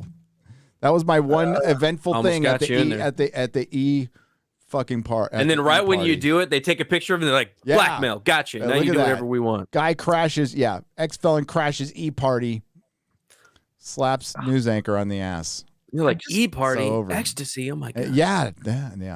The thing that stands out is like how much everyone who worked at E and the E channel, the Style Channel, they all looked down on G4. Like it was like a source of shame. It was that like G4 even had to be in the same building. I remember the Kardashians would come in. Yeah, dude. First of all, I've never liked them. I think they're. Have you seen any of their raw footage? Trash. Have you seen any of the raw footage? If that ever gets out, oh my God. Well, there's tons of it. There's tons. Would get them canceled. Yep. But also, who cares? Yeah. But you'd see them come in and just like, ugh, like, and here's where the G4 people are. I know. And now, how does Hollywood feel that that's all they have to cater to now is fucking superhero movies? Right. But it's funny because they fuck them up. Like you've seen like Comic-Con change. The year I really thought Comic-Con change was around 2007. Twilight. I think it was like, this is getting too big. It was Twilight. Yep. And then also, this is a weird thing to bring up. So I was doing stuff for G4. We're doing coverage of San Diego Comic-Con, and Paris Hilton had come to town and was paying the hotel was offering to pay people money to kick them out of the rooms and put them up at a different hotel. So Paris Hilton and her entire entourage could actually stay at the hotel at the Hard Rock. And I remember thinking like, oh fuck, this is too big now. This is like when Sundance used to be this small, cool thing, like up and coming indie filmmakers. And then as soon as it was cool, then it's like infiltrated by freaking normies that are just there for the scene, but not because they actually care about indie film. Yep. And the same thing with Comic-Con. It's like and they're not there for comic books. They're not there for like they're there because it's the cool thing to go because everybody. Bazinga, guys. Right? Yeah, that's what nerds say, Bazinga. Bazinga? No, they don't say that. It's all right. Oh my God. We're all nerds. Big Bang Theory and Funko all Pops. nerds. Yeah. Fuck that. Fuck them both. Yeah. Yeah, like that. But whatever. I mean, it's Elon was on Big Bang Theory too. I'll forgive him for that. Yeah. He was also in Iron Man 2. Yes, he was. So that's true. come back a little bit. No, that's what you're right, Chris. That's when it all started going down. That's for one. That was the year the fire marshal hit both WonderCon and Comic-Con in 2 different cities at the same time, going, "We are now capping this thing. We are now capping this thing." And I remember I walked out of WonderCon in San Francisco to go get something out of my car, and they wouldn't let me back in. My kid was at my fucking booth with one of my friends watching them, right? And I'm like, "What do you mean I can't come back in?" They're like, "We're at capacity." I'm like, I'm fucking retailer. I need to go back in. They're all, "Nope." Nope. They were like, "We'll get one of these people out because I got to get back in." They fixed that problem later because I had a couple little words with the Comic-Con staff after that. I'm like, "I'm a motherfucking real here. I pay you motherfucking money. I left my fucking kid. You fucking do that fucking shit again." They fixed it. But yeah, it was bullshit. And that's what and all of a sudden comps started going out to all the Hollywood people, right? So there were fewer tickets sold for Comic-Con. That's why they're impossible to get. And that's why it was weird when we did that makeup thing. Like that was like Comic-Con in like 90, 89. Yeah, it was weird. It felt like a ghost town. It was weird. And then even like the gas lamp was kind of dead, like that. But that also, by the way, I know some people on the staff there, they told me that like there were a ton of bootleg badges. And as soon as they did this new system where you tap in and tap out, and they would collect that data, basically just they want to be able to, they want to be able to track bootleg badges. There were like 20,000 fewer people at Comic-Con because of badges. So many badges were being, and they'd have like undercover cops that would bust people selling badges outside the convention center. You could tell because it was always like beefy FBI looking guys with like a Target Star Wars shirt. Like, it still got greases in it, like fake glasses. Like Ryan Kinnell and Ricada outside. Yeah. Oh my God, hilarious. No, it's so it's going to be really interesting. This year is going to be really interesting. But I don't think it'll be back 100%. I don't think that it's going to be back. It's not going to be as bad as like November because that was just terrible timing. But I think it's going to be. It's definitely going to be reduced. The Hotel Apocalypse actually is tomorrow. If that means anything to anybody trying to get hotels, which I mean, like. Well, should I even say I'm not going to say my secret out loud. There's a secret that you could just so easy. Oh, can you tell me after, Gary, please? Oh, absolutely. Yeah, I would like to know. It just takes a little extra driving or getting on a train, and you save thousands of dollars. Yeah, thousands of dollars. No, you're not. You know what? You can stay down in it. The trains run all fucking night. Like you can stay down in that. You just won't be. Just take a little nap. It's like 10 miles. 10 miles will save you sleep in a hallway, thousands of dollars. Wow. Yeah. And if you're like, if you really don't give a fuck where you stay, you go south. You go 10 miles south. Now, usually you don't. Like closer to the San Diego, closer to the border, bad. That's just your donkey shows the closer you go. Yeah. It's like a gradient. Real estate values go down closer you get to a donkey show. And honestly, there's much worse things than donkey shows in Tijuana now. There's death and decapitations. So you don't want to go visit down there. I wouldn't. Not a fun time. No. I used to feel totally safe there as a 16-year-old running around drunk. Not like that anymore. Wow. The times we live in where a 16-year-old can't run around Tijuana drunk. Going to titty bars. Terrible. Terrible. It's terrible. It's awful. It's awful. Oh, I wasn't even ready for this. Hang on. I'm going to get to some of your questions. I just didn't have my page turned up. Hey, the power hasn't gone off. That's a good thing. That is a good thing. Chris will be here every Wednesday, by the way. And we'll be doing like you're going to Star Wars Celebration, right? Yes. Okay. I first of all, I can't get a refund. They're offering no refunds. Yep. So bastards. I bought these tickets before The Rise of Skywalker came out. I bought these tickets. Oh God! Summer 2019. That long? I bought the Jesus. And it was the convention was supposed to be May 2020. Yeah. They pushed it back like 3 different times. So I'm just like, you know what? I got these tickets, and I don't want to like bitch like on social media about getting a refund. Yeah. I don't want to do that. I don't want special treatment. I just, you know, I'm just gonna go. I'm gonna be tailgating in the parking lot. Anna, that Star Wars girl, she said she'd go too. So we're gonna be tailgating in the parking lot. So we're not paying $14 for cocktails at the hotel bar. We'll probably sneak in some roadies, and then we're just gonna. I just like to hang at the hotel bar because I see people that I only see at Celebration. People from the 501st, which is a great organization that does a lot of charity work. Yeah.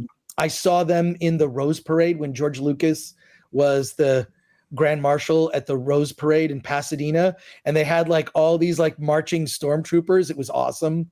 So yeah, but are they going to be stormtroopers or duck troopers from the Disney trilogy now? Who knows? Who knows? Well, the 501st is proper stormtroopers, right? So at least they're like proper stormtroopers. But I love those guys. That organization is great, and I'm just really there to hang out. I don't care about any of the panels, and I don't care about any of the merch. I want to see if I can get a shirt that says "The Force is male." Yeah. I wonder, do they sell that? Just make one.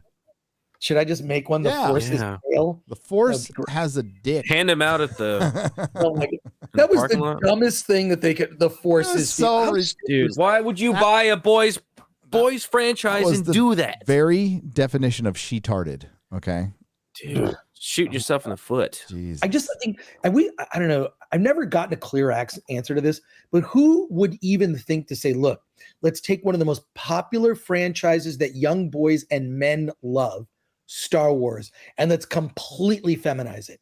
Why would you? And women love it too. Well, no, women love it too. I'm not saying that there's not an audience of women who love Star Wars. They're I almost say that's like even more of a reason to keep it how it is. It's because women already liked it. Well, no, it's the entire logic. I mean, I even brought that up in my MCU video. It's like, okay, if 50% of women are potentially interested in which they're not, by the way.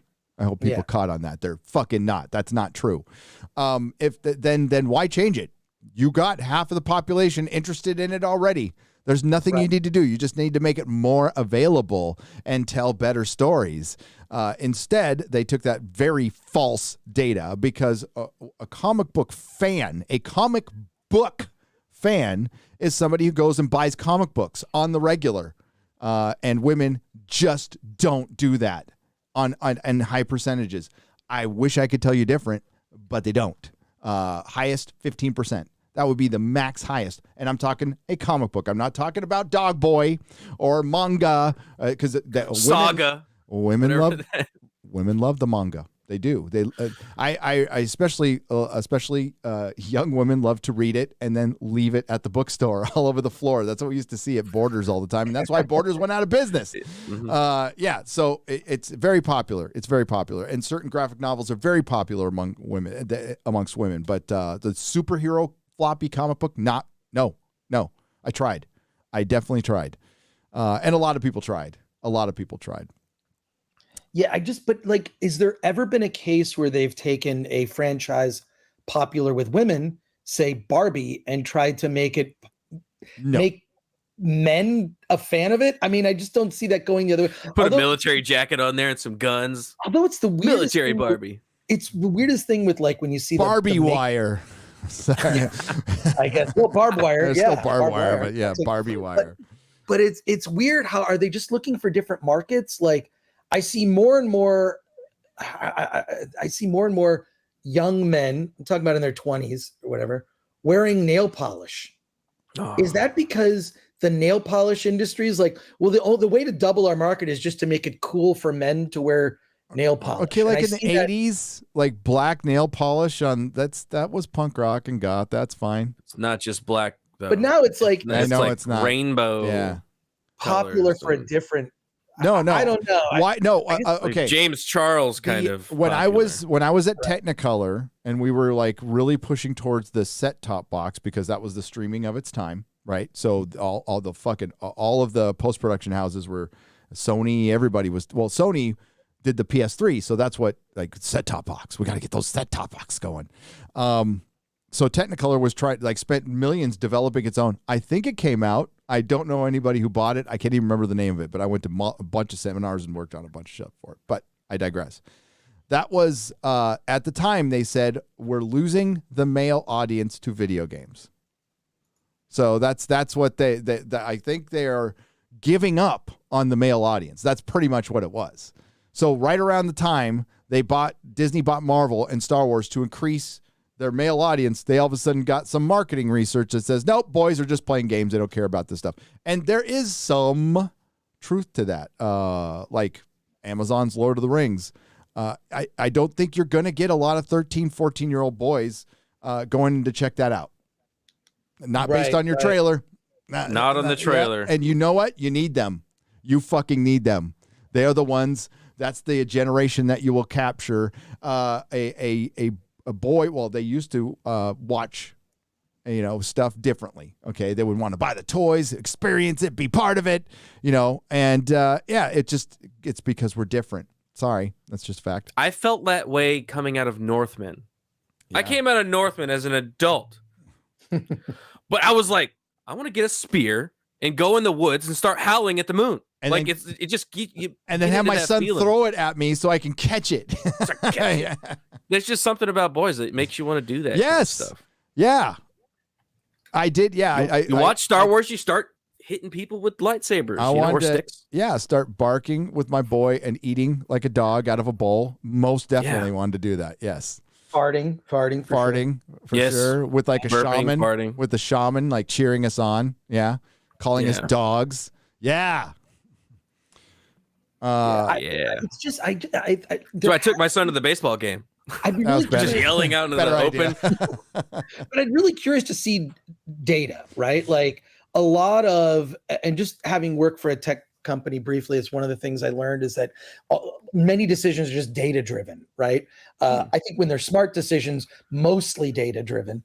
But in entertainment, is there someone who did a talk or a presentation or some marketing deck that's like, okay, the data shows that buying power in the household is now more female driven. Yes. So more women are getting college degrees. That's a fact. Yep. More women have the high paying jobs. So they're making the decisions about paying for entertainment. So did that initiate the shift in having more female led action franchises or changing the MCU into the MCU? Because it's like, well, and also I think that may be a flawed logic, because you're assuming that women want to see women when, like, no, I think they kind of want to see Chris Evans shirtless is what they probably want to see. They want to see manly men for the most part.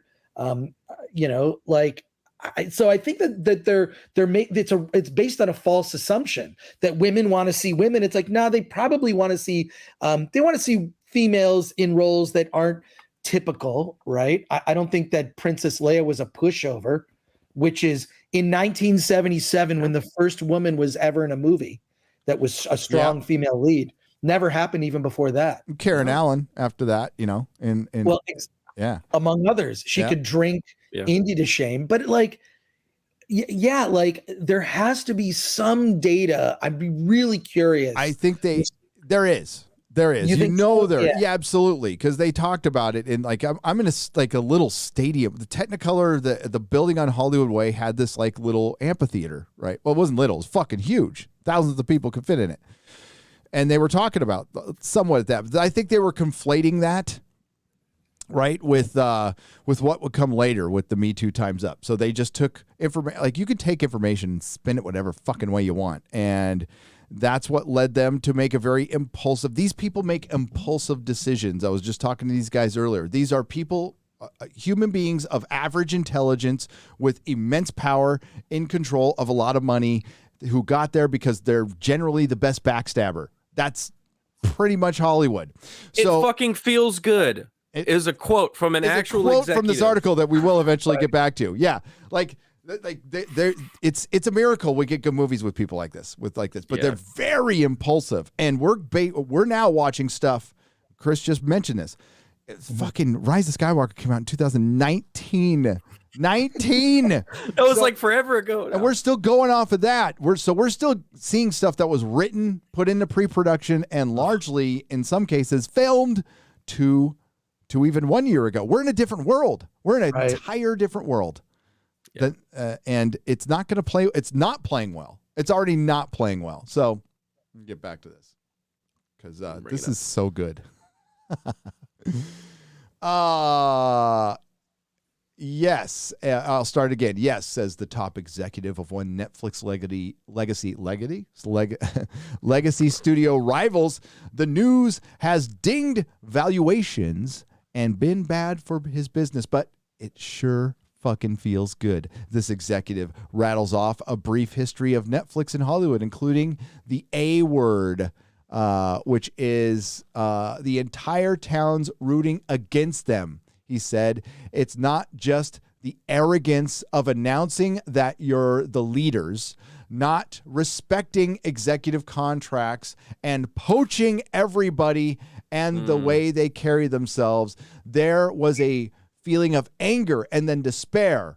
Are our businesses over? In a lot of ways, yes, they are. Pretty salty. They are. And yeah, Netflix did exactly what every fucking studio did. They just didn't like it. They just didn't like it. They didn't like it when it came outside of Hollywood. Netflix did one incredibly stupid thing that they still do to this day, and it's the binge model. The binge model is unsustainable, especially when you're losing fucking money. They need to end that tomorrow. Yeah. It is just fucking dumb. And they're going to have to monetize them. People are not going to go for it. They're just not. They're already talking about adding commercials, having a low tier where you can have commercials on it. What about when they get to the point where they add commercials when you're paying higher to stay away from commercials, like Hulu fucking does?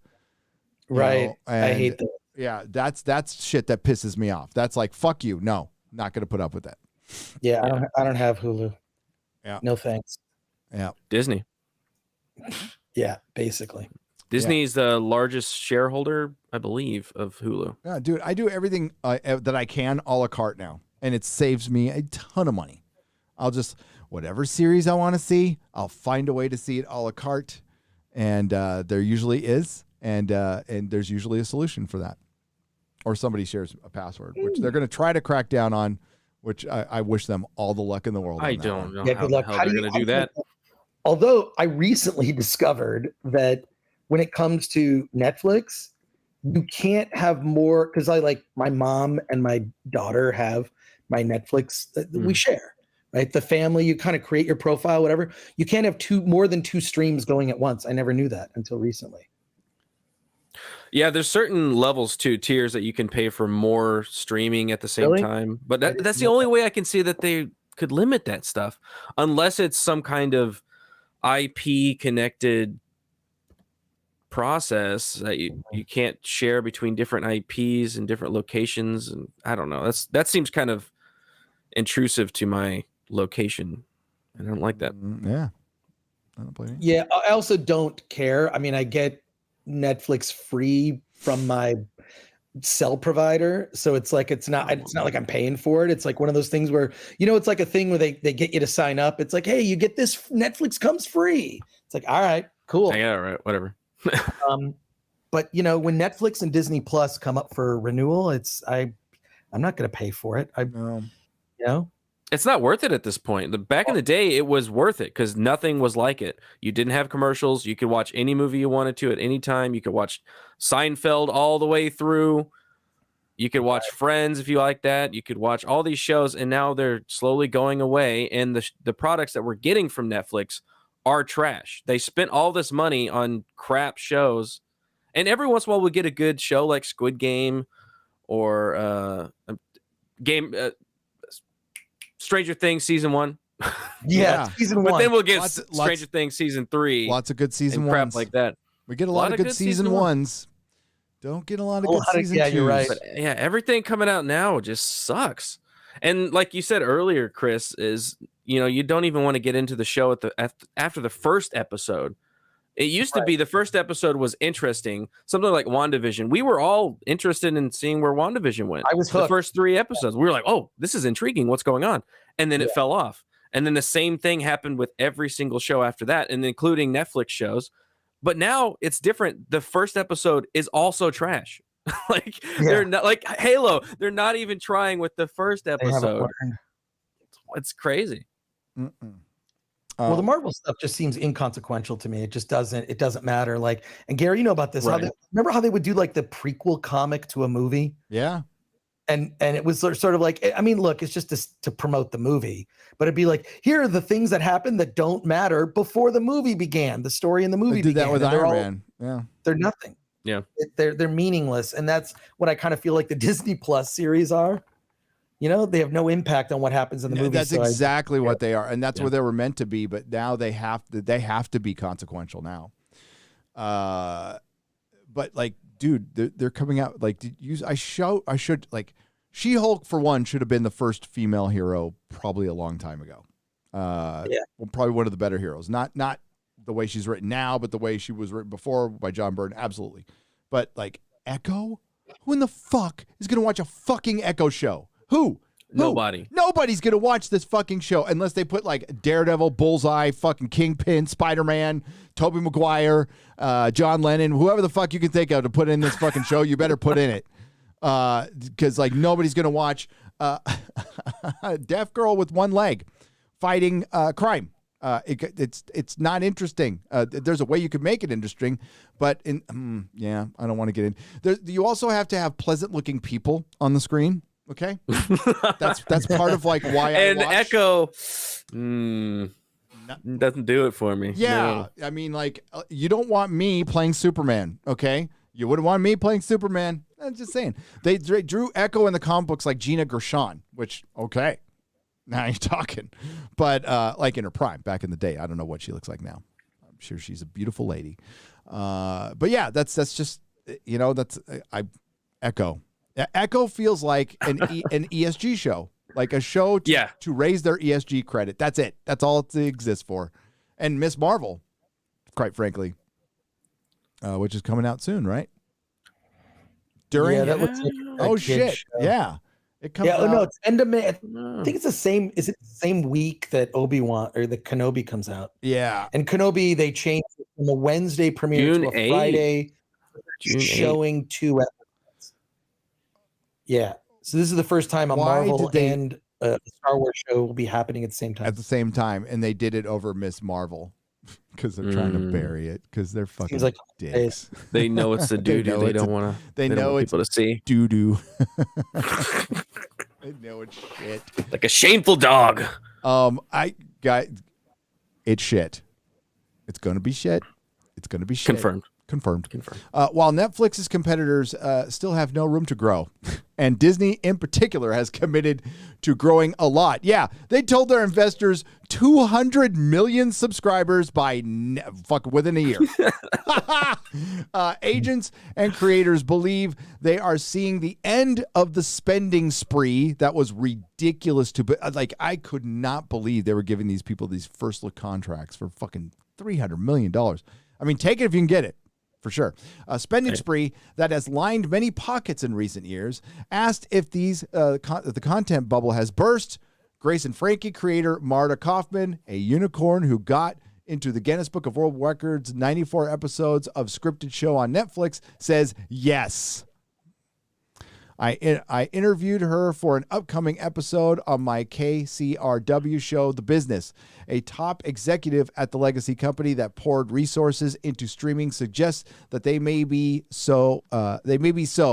We'd all be insane not to give the spend a hard look, he says, adding, agents are flipping out more than anybody. They're taking it hard. Yeah, party's over. And Chris just mentioned it. Inflation. This is a luxury item that people will not have the luxury to bother with anymore. Like no, I got to pay my trash bill or whatever. Whatever. I've got to buy meat. Yeah, that's twice as much. Family. Yeah. Jeez, the price of meat is insane. I've been trying to do my diet, do meal preps. Freaking the price of meat is ridiculous. They have the. I don't know if you can. There. No, it's okay. I don't know if you can. I mean, like it might be kind of expensive, but there is like a keto meal plan that you can get. You can order, and they bring you like meals once a week. I want to do that. Get them as a sponsor. we can. That'd be awesome. I'll sign up. You know what? Like people ask all the time. I'm just like, nah. I probably should pick up one. I got my first legit one. Like, as a YouTuber, you get all these fake ones that are like, we are company, we love creator support creator. We for you here to create for sir things. But yeah, I actually got an actual company that has cool products. So I might do it, maybe. They look like some dope stuff. I'm trying out some stuff right now for a possible one. Hey. That's applicable to my life and maybe to you. That's important there. Yeah. It's stuff that you use, stuff that you get usefulness out of that you can pass on to the audience. That's what's important. That's usually Mrs. Nerdrotic's job, but right now she's like doing family stuff for a wedding. It's really inconvenient for me. Family stuff. What the hell? Really inconvenient for me. She's with her family, her giant. Yeah, for white people, it's a big family, man. It's got like 90 cousins and 17 uncles. Yeah, and it's Wisconsin. Wow. It's Wisconsin. So, still, whether Netflix's rough ride is truly a measure of the limits on subscriber growth is not clear. Whatever Wall Street thinks, fuck Wall Street. At a time of war in Europe and rising inflation. Oh, I almost forgot there's a war going on. There's a war in Europe. Yeah. I thought it was World War III. That's what I keep hearing. Okay. It may be a little soon to write an obituary. Netflix has gotten itself out of tight spots before. Yeah, this one's different, though. This one's different. You could say. Yeah, because like a little different. When they got themselves out of tight spots, Chris, they had content. They had like The Office and fucking Friends and like all kinds of shit and Star Trek and Marvel movies. And now they got a shitty fucking Witcher show. They got a shitty Stranger Things show. They have House of Cards is done, right? Yep. Orange is the New Black is it's done. Been killed. So what do they got? Get the Karate Kid show. They got Squid Game. Diminishing returns with them. Yeah. Squid Game season 2. Yeah. I don't think there should be one. I don't think so. That's like a Joker right there. That's like Joker too. It's like, no, don't do it. Don't do it. The sources say Holland was the one who nurtured strong relationships with talent. Who's fucking Holland? Did I miss a name of Holland? It's one of the Tom Holland? One of the executives. Cindy Holland. Sydney Holland. Okay. All right. So the sources say Holland was one who nurtured strong relationships with talent and took time to offer thoughtful development notes while still making people feel safe. And supported in pursuing their passion projects. Guess what? Life isn't safe. Business isn't safe. This is show business, not show safe. Important. What the fuck? Multi-hyphenates. I got stuck on that too when I read the exact same word. I'm like, I see more than, that just fries my brain. Important things. I'm just going to say important things who work or have worked with Netflix. Say it was Holland rather than Ted Sarandos, then chief content officer this is also smelling like a little bit of retaliation over possibly a certain comedy thing that happened recently, who gave Netflix its profile as a home to busy quality shows. It was also Holland who warned Sarandos to no avail that continuing to order specials from his comedy heroes, Dave Chappelle. They're trying to blame it on Dave Chappelle. I fucking knew it would lead to internal strife and bad press. This is bullshit. So instead of bringing up cuties, which is a massive, massive backlash, you bring up Dave Chappelle. Yeah. That the majority of audiences love. Why are they doing this so in LA they're doing this big Netflix as a joke like comedy where they're like doing like over the course of 2 weeks, it's like a comedy festival. They're doing stuff at the Hollywood Bowl, other venues, and they're having a bunch of comedians who've had specials and or will have specials perform live, and they're filming a lot of them. Dave Chappelle's at the Bowl, thinking of getting tickets. Yeah, dude. Ooh. You can get the I Bowl. go see it live, man. I just don't know if you bring your own booze for that one. But they have different rules. When is it? Shoot me the date in the private section. I saw 9 Inch Nails there, and they had like a really strict policy of what back in the day. At you know how the bowl, like you can bring in like I saw Unga Bunga there. Yeah. But they change it up depending on. I brought drugs. I mean, that was back in the day. Yeah. I didn't need no booze. So I can still get tickets, like not great tickets, but I kind of have a secret where you can just like, there's a part you can go to the left of the stage and just kind of hang out and watch it. I mean, I'll help you smuggle in whatever paraphernalia you need to bring in for you, buddy. I mean, I won't partake, but I'd go. I'd go. Yeah. So I'm thinking of getting tickets and just go into it. But so they still have this continuing relationship. And I feel like doing this comedy festival is kind of doubling down on it. Yeah, so this makes them money. Dave Chappelle brings them subscribers. This guy's full of fucking shit. Cuties cost them subscribers. Dave Chappelle cost them nothing. Exactly. It's bad press. So they're this is Hollywood. This is how they try to stay empowered in the spin. This is factually incorrect. This is just a fucking lie. I could give you a list of names of people who would lie down on railroad tracks for her. For this powerful woman. Cindy Holland. Cindy Holland's taste. Who would sit on railroad tracks for her. Ted is a fan of content, not a picker. He's a cheerleader and a good cheerleader to a degree. Well, that's what most CEOs are. You need your talent person there. But Cindy Holland, did she pick Cuties? Did she pick Lauren Hisrich to be the showrunner for fucking The Witcher? I mean, like, she's a fucking moron then. She's an idiot. I'll just say that right now. She's a fucking stone cold idiot.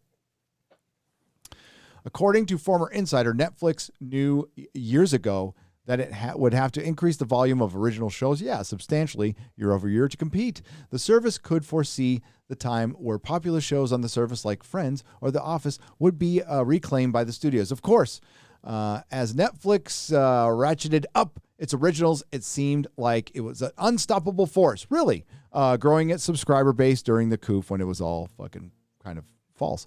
But former insiders say Sarandos's volume strategy began to prove destructive to the culture and the quality of the service's offerings. Ted is great at managing growth.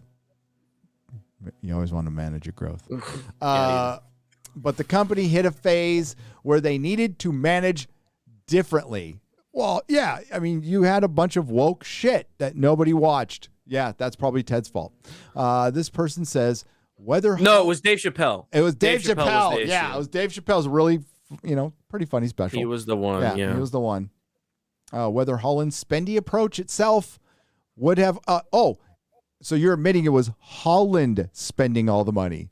Whether Holland's spendy approach itself would have proved sustainable is a question. No, it's not a question. We're in 9% inflation. A spendy approach is not very good right now. You fucking morons. But several creators believe Netflix lost much of its early cachet by over-rotating a less expensive, less curated, less compelling, or the company might say broader fare that simultaneously overwhelmed and underwhelmed some subscribers and cuties. Yeah, cuties. The 2016 arrival of CBS and Universal Television's executive Bela Bajaria, head of unscripted and international content, represented a huge turning point, according to multiple sources. By then, Holland was to oversee 80 shows on the service, and Bela was responsible for 60, who can make 140 shows a year. Asked one creative team, that's insane. That's when the culture of fear took over. The culture of fear. The culture of fear took over in 2016. You're right. But it had nothing to do with fucking content. And it had everything to do with woke entertainment, Me Too times up, and people getting fired for having beliefs, having thoughts, or women lying about them. That's that. We're seeing a trial right now about that. Right now. That's the culture of fear. And they can't. And you could feel it in every single show that existed before 2016 and after 2016, you can feel the difference. I've been watching Always Sunny in Philadelphia. Oh, I love hilarious. I love this show. It. So good. It's the first time I've watched it, so I'm watching it all the way through. It got up to 2016, and the show got softer. Yep. The show got softer. You could feel it. It started talking about political topics, like the day at the time, and it just changed. And you could see it in a ton of other shows. But it's Always Sunny like actually made its way back, where it's that's what I'm saying. Like, fun of wokeness. Like if you look at the more recent ones, like that I haven't show got there just yet. Still holds up. When you get there, it's so good. They just make fun of everything. I just went through season 13, which ended with that big dance number with Mac coming out as gay. Yeah, that was dead. And I was like, no, I don't care about him being gay. I don't care about that stuff. My only problem was that it was very sincere, which Always Sunny is not sincere. I was waiting for like the punchline whenever somebody was going to get, dunked on, but nobody ever did. And I was like, wait, that was weird. So I'm hoping the next season's better. But yeah, you could feel it in all these shows. They got softer. They turned to wokeness. They turned and tried to do all this Me Too storylines, and it just does not work. And we're still feeling those ripples down the line. But it's Dave Chappelle. Sorry. Yeah, I'm pretty sure you haven't seen Mythic Quest, which is the Apple TV show. Mythic Quest with the guys. McElhenney. Yeah, it's actually pretty good. It's just sort of an inside of like a video game company, and it makes just like It's Always Sunny. It's definitely they're throwing softballs for sure. I hate Apple as a corporation, as a product maker. I used to be exclusive Apple computers for a long time. Final Cut Pro guy. I'm a Final Cut Pro editor. And then they got rid of it. Remember, 20 years ago, they went to Final Cut Pro X and just made it like fucking Apple Movie or whatever the fuck it was. I was so pissed that I learned something. I went to Premiere. That's when I went to Adobe and went to Premiere. And everything. Yeah. But yeah, I mean, iPhone, I hate iPhones. I hate everything Apple now. So it's proprietary. I hate how proprietary it is. I don't know how you can exist in this world being proprietary now, especially when you're making entertainment. So it's kind of dumb. Maybe if I have access to those shows another way, possible. But I mean, there's some decent programming on it, on that platform. It's just nobody's watching it. And that Jon Stewart show, have you heard what a disaster that is? Yes. Like, when they say they had like 40,000 people like downloaded it to watch it, like 40,000. Oh no, man! The whole show is about how white people are bad. That's the whole. Every episode is white people. You're bad. Like he uses every episode to kind of. He's just gone way off. Tim Pool gets more people watching his live stream at his house than that. Right. And then more. Yeah. You get that too. Like live. Well, you'll get people live, and then I'm sure people watch it on the replay. I have to sometimes. We're talking about FNT. Oh, you're getting like what average 150,000, 200,000 views per episode of FNT. Closing in on 200,000. Yeah, doubling our audience in 6 months. Yeah, that's baseball sounds like CNN Plus. It does. Yeah, it does sound like CNN Plus. So the fact that the Jon Stewart show, and I also think it exposes that Jon Stewart, a lot of the credit for his success has to do with his writers that were at Comedy Central back in the day. I remember really liking his stuff. And he seemed also, I mean, he definitely was left leaning, but he seemed also committed to reason and facts. And that's not the case now. Now he's just off the deep end woke. I never liked him. Never ever liked him. I thought he sucked at MTV. I thought he sucked there. I just didn't. I didn't. It was 100% the writers, because even like Stephen Colbert was funnier back then when he was doing the parody of a conservative. He was funnier than the jokes on conservatism at the time were funnier. Both sides were way more funny back then. I don't know who the writers were back then, but they're phenomenal compared to what Jon Stewart and Stephen Colbert do now. Well, they cared about comedy, at least. That's when Comedy Central, the comedy in Comedy Central actually meant comedy. Now it's garbage. But yeah, I'd love to see like a version of the Colbert Show, but it's like a super left wing. That would be great. to just make fun That would of. be and just hilarious. mock it. Yeah. Oh yeah, Oh, my god, woke is like the easiest thing to fucking make fun of. And it's comedy gold. It's the lowest hanging fruit, and nobody's picking it except for like a few brave comedians out there, and who would be much bigger now. Like it must be frustrating, right, to a Ryan Long or even a Chrissy Mayer or a Kyle Dunnigan to know that you are more talented than 99.9% of the comedians out there running around fucking doing shows and shit. And just like, God, they have no fucking sack. None of these fucking comedians have sack at all. Yeah. Except for Dave Chappelle, because he's allowed to. He is the system's, I hate to put it this way, court jester. That's what he is. So he is the approved court jester. He is allowed to make fun of them, but he is most definitely part of it. Like, don't question that. He hangs out with Obama. He's buddies with Obama. Okay, so like he's part of the court system. jester is very important, man. Yep. Northman, that court jester comes out.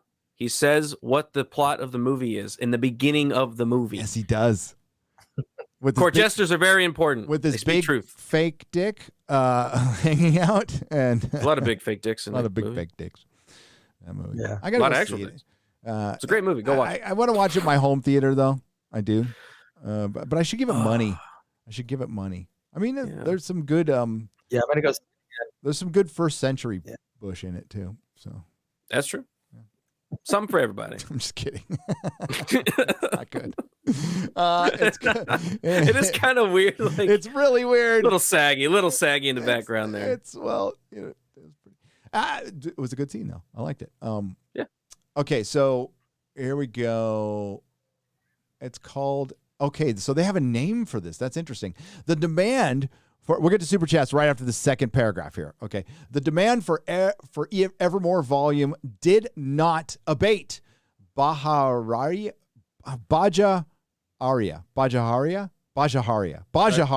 took me a minute there. Who also had responsibility for licensing TV and film content from major U.S. studios, quickly moved into Hollywood's scripted television domain. In 2017, she gave a 13-episode order to Insatiable, a dark, hour-long comedy pilot that had been rejected by the CW. Holland's team had passed on it. One prominent Netflix supplier calls Bajaharia's decision the beginning of the Walmartization of the streamer. The series also attracted negative press for fat shaming on among other sins. Being fat is not healthy.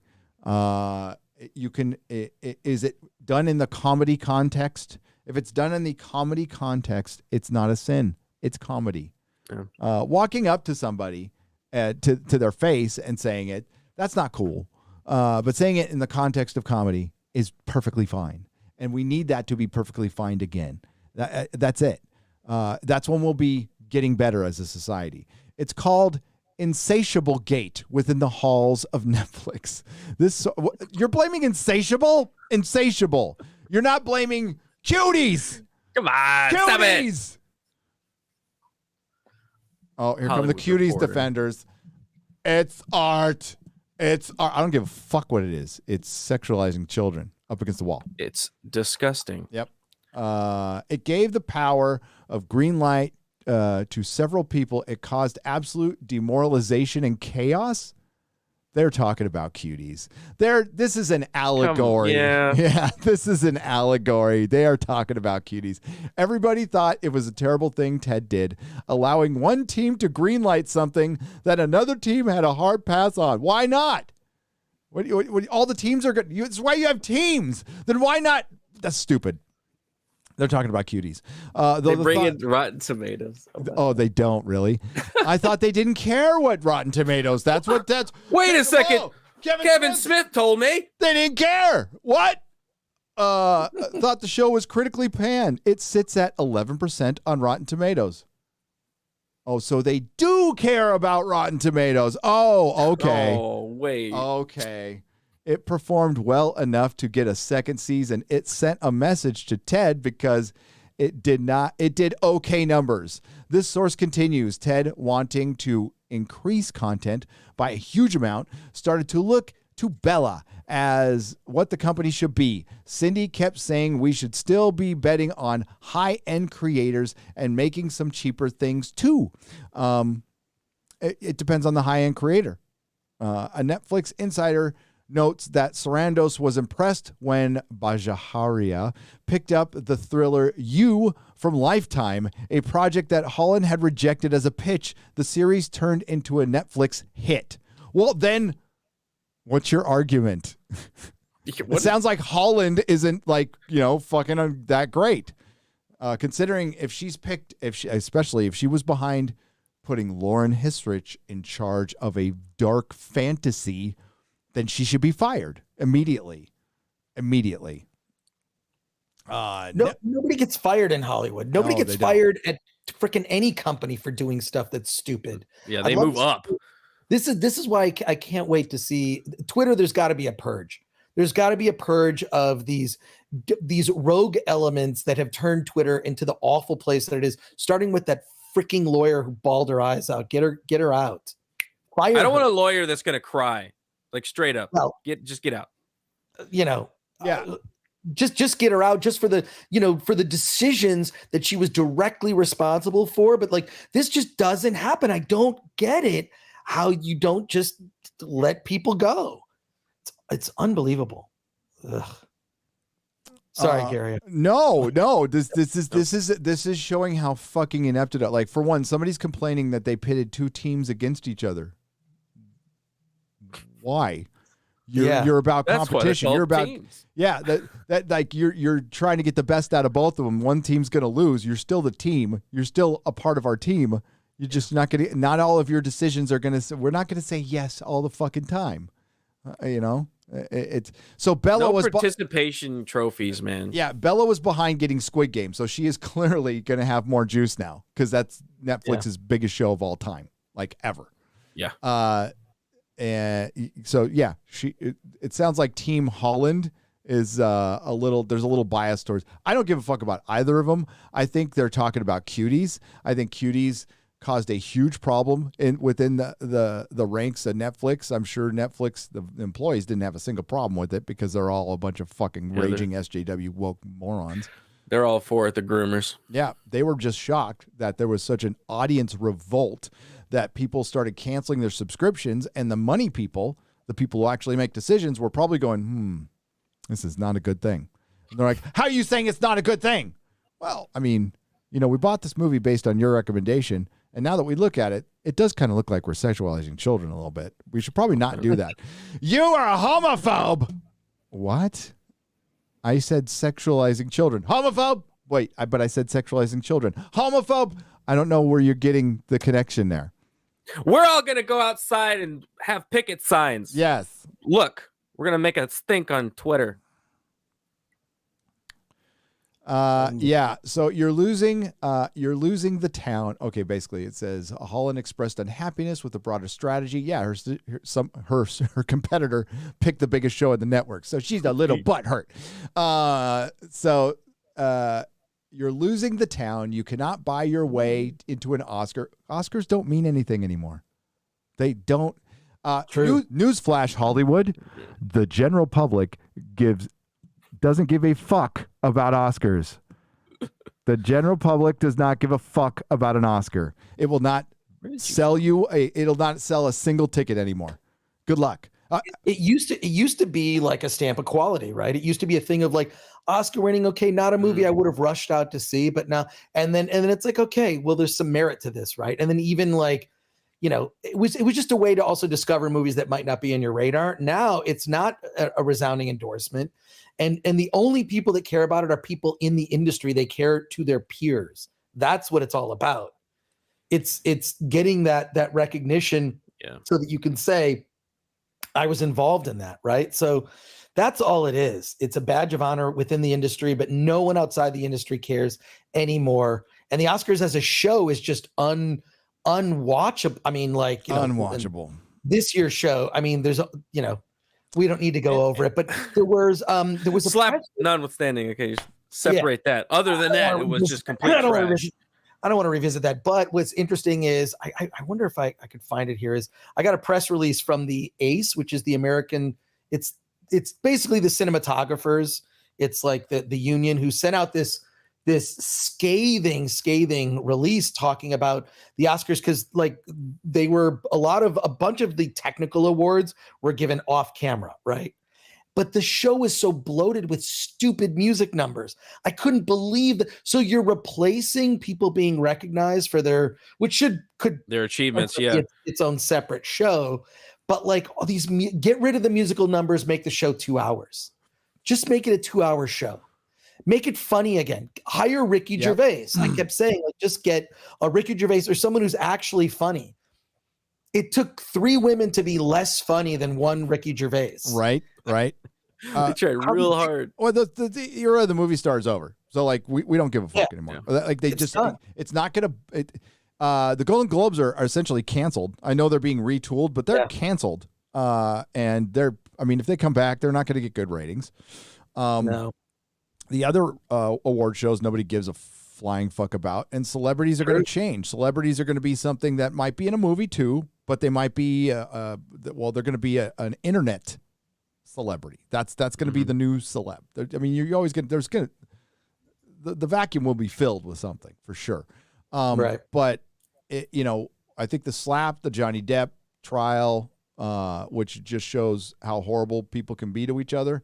And like this horrible woman who was propped up by Hollywood for years, who was just horrible and a liar. And it doesn't Johnny took advantage of an addict. She might be an addict too, which is a sad situation for both. They hope they both get sober someday. But like, it just shows how fucking, these are the motherfuckers telling us how to live. And what Hollywood has completely forgotten, and I noticed this 10 years ago, and you brought this up, was that the women do have more economic power, a lot more economic power in the household, but they're thinking about like the upper crust, like the Marin County people. They're not counting at all like we do have a working class here in the United States, right? There's the middle class is a very broad spectrum, okay? And I would argue that it's the mid to lower middle class that buys and watches most of this stuff. The upper crust people, they watch shit at home. They're too busy going to parties. They don't go to fucking movies. They don't pay attention to any of this shit. No, it's more the working class people. Yeah, and they get all their stuff for free. Yeah, people give them stuff. Oh, look, you have the Oscars gift bag had tons of free stuff in it. It was worth like they don't really care. $1,000. Yeah, they don't consume this stuff. It's all of us, and they have contempt for us. Oh yes, they do. Yes, they do. The middle class is hated in Hollywood. That's the perception I get until I see otherwise. Yep. So yeah, what's gonna happen is they did overspend, and I'll go back to what Bruce Campbell said. The great Bruce Campbell. Was that? I said I love Bruce Campbell. Oh yeah, dude. He did a special at the Castro Theater in San Francisco in 2018. It was like, yes, Castro District. He went there and we watched Evil Dead 2, and then he did a Q&A afterwards. It was fucking epic. It was one of the greatest things I've ever seen. And he was awesome. Just brilliant from beginning to end. And he was asked about superhero movies. And he's all, have you thought about going into any Marvel superhero movies? And at the time he was like, hell no. He's all, hell no. And he's all, let me tell you something about superhero movies. He's all, Hollywood producers can't wait for them to be over. They can't wait for them to end. They cost too much money. They hate them. They fucking hate them. And, and I mean, here we are years later. That's all they've got. But I'm sure they would like something cheaper. I mean, like, look at all the money they put into Shang-Chi, one of the most overrated fucking movies ever. All for identity politics, by the way. It maybe barely turned a profit, and I question that. I think a film making $20 million is not turning a profit. I think that barely pays for the fucking film and whatever the digital storage and the catering, we'll say. But I just They need to make $1 billion fucking dollars now. That, you know, Batman didn't make $1 billion. The Batman, and it should have. I think it should have, but it didn't. So, yeah. But according to Warner Brothers, it's the most watched thing on the Warner Brothers streamer. According to Warner Brothers, I trust you, yes. Warner Brothers. Yes. Okay. I mean, it might be. I'm just not going to believe the source of that. That's all. That's just Warner Brothers said it. Oh, okay. Back from Utah says editor MG for $50. Woo! He says it sucked. Elon had the money. The real winner is Tim Pool. We wouldn't be here if it wasn't for him. Is he? I mean, like, I give him full credit. Thank you for the $50.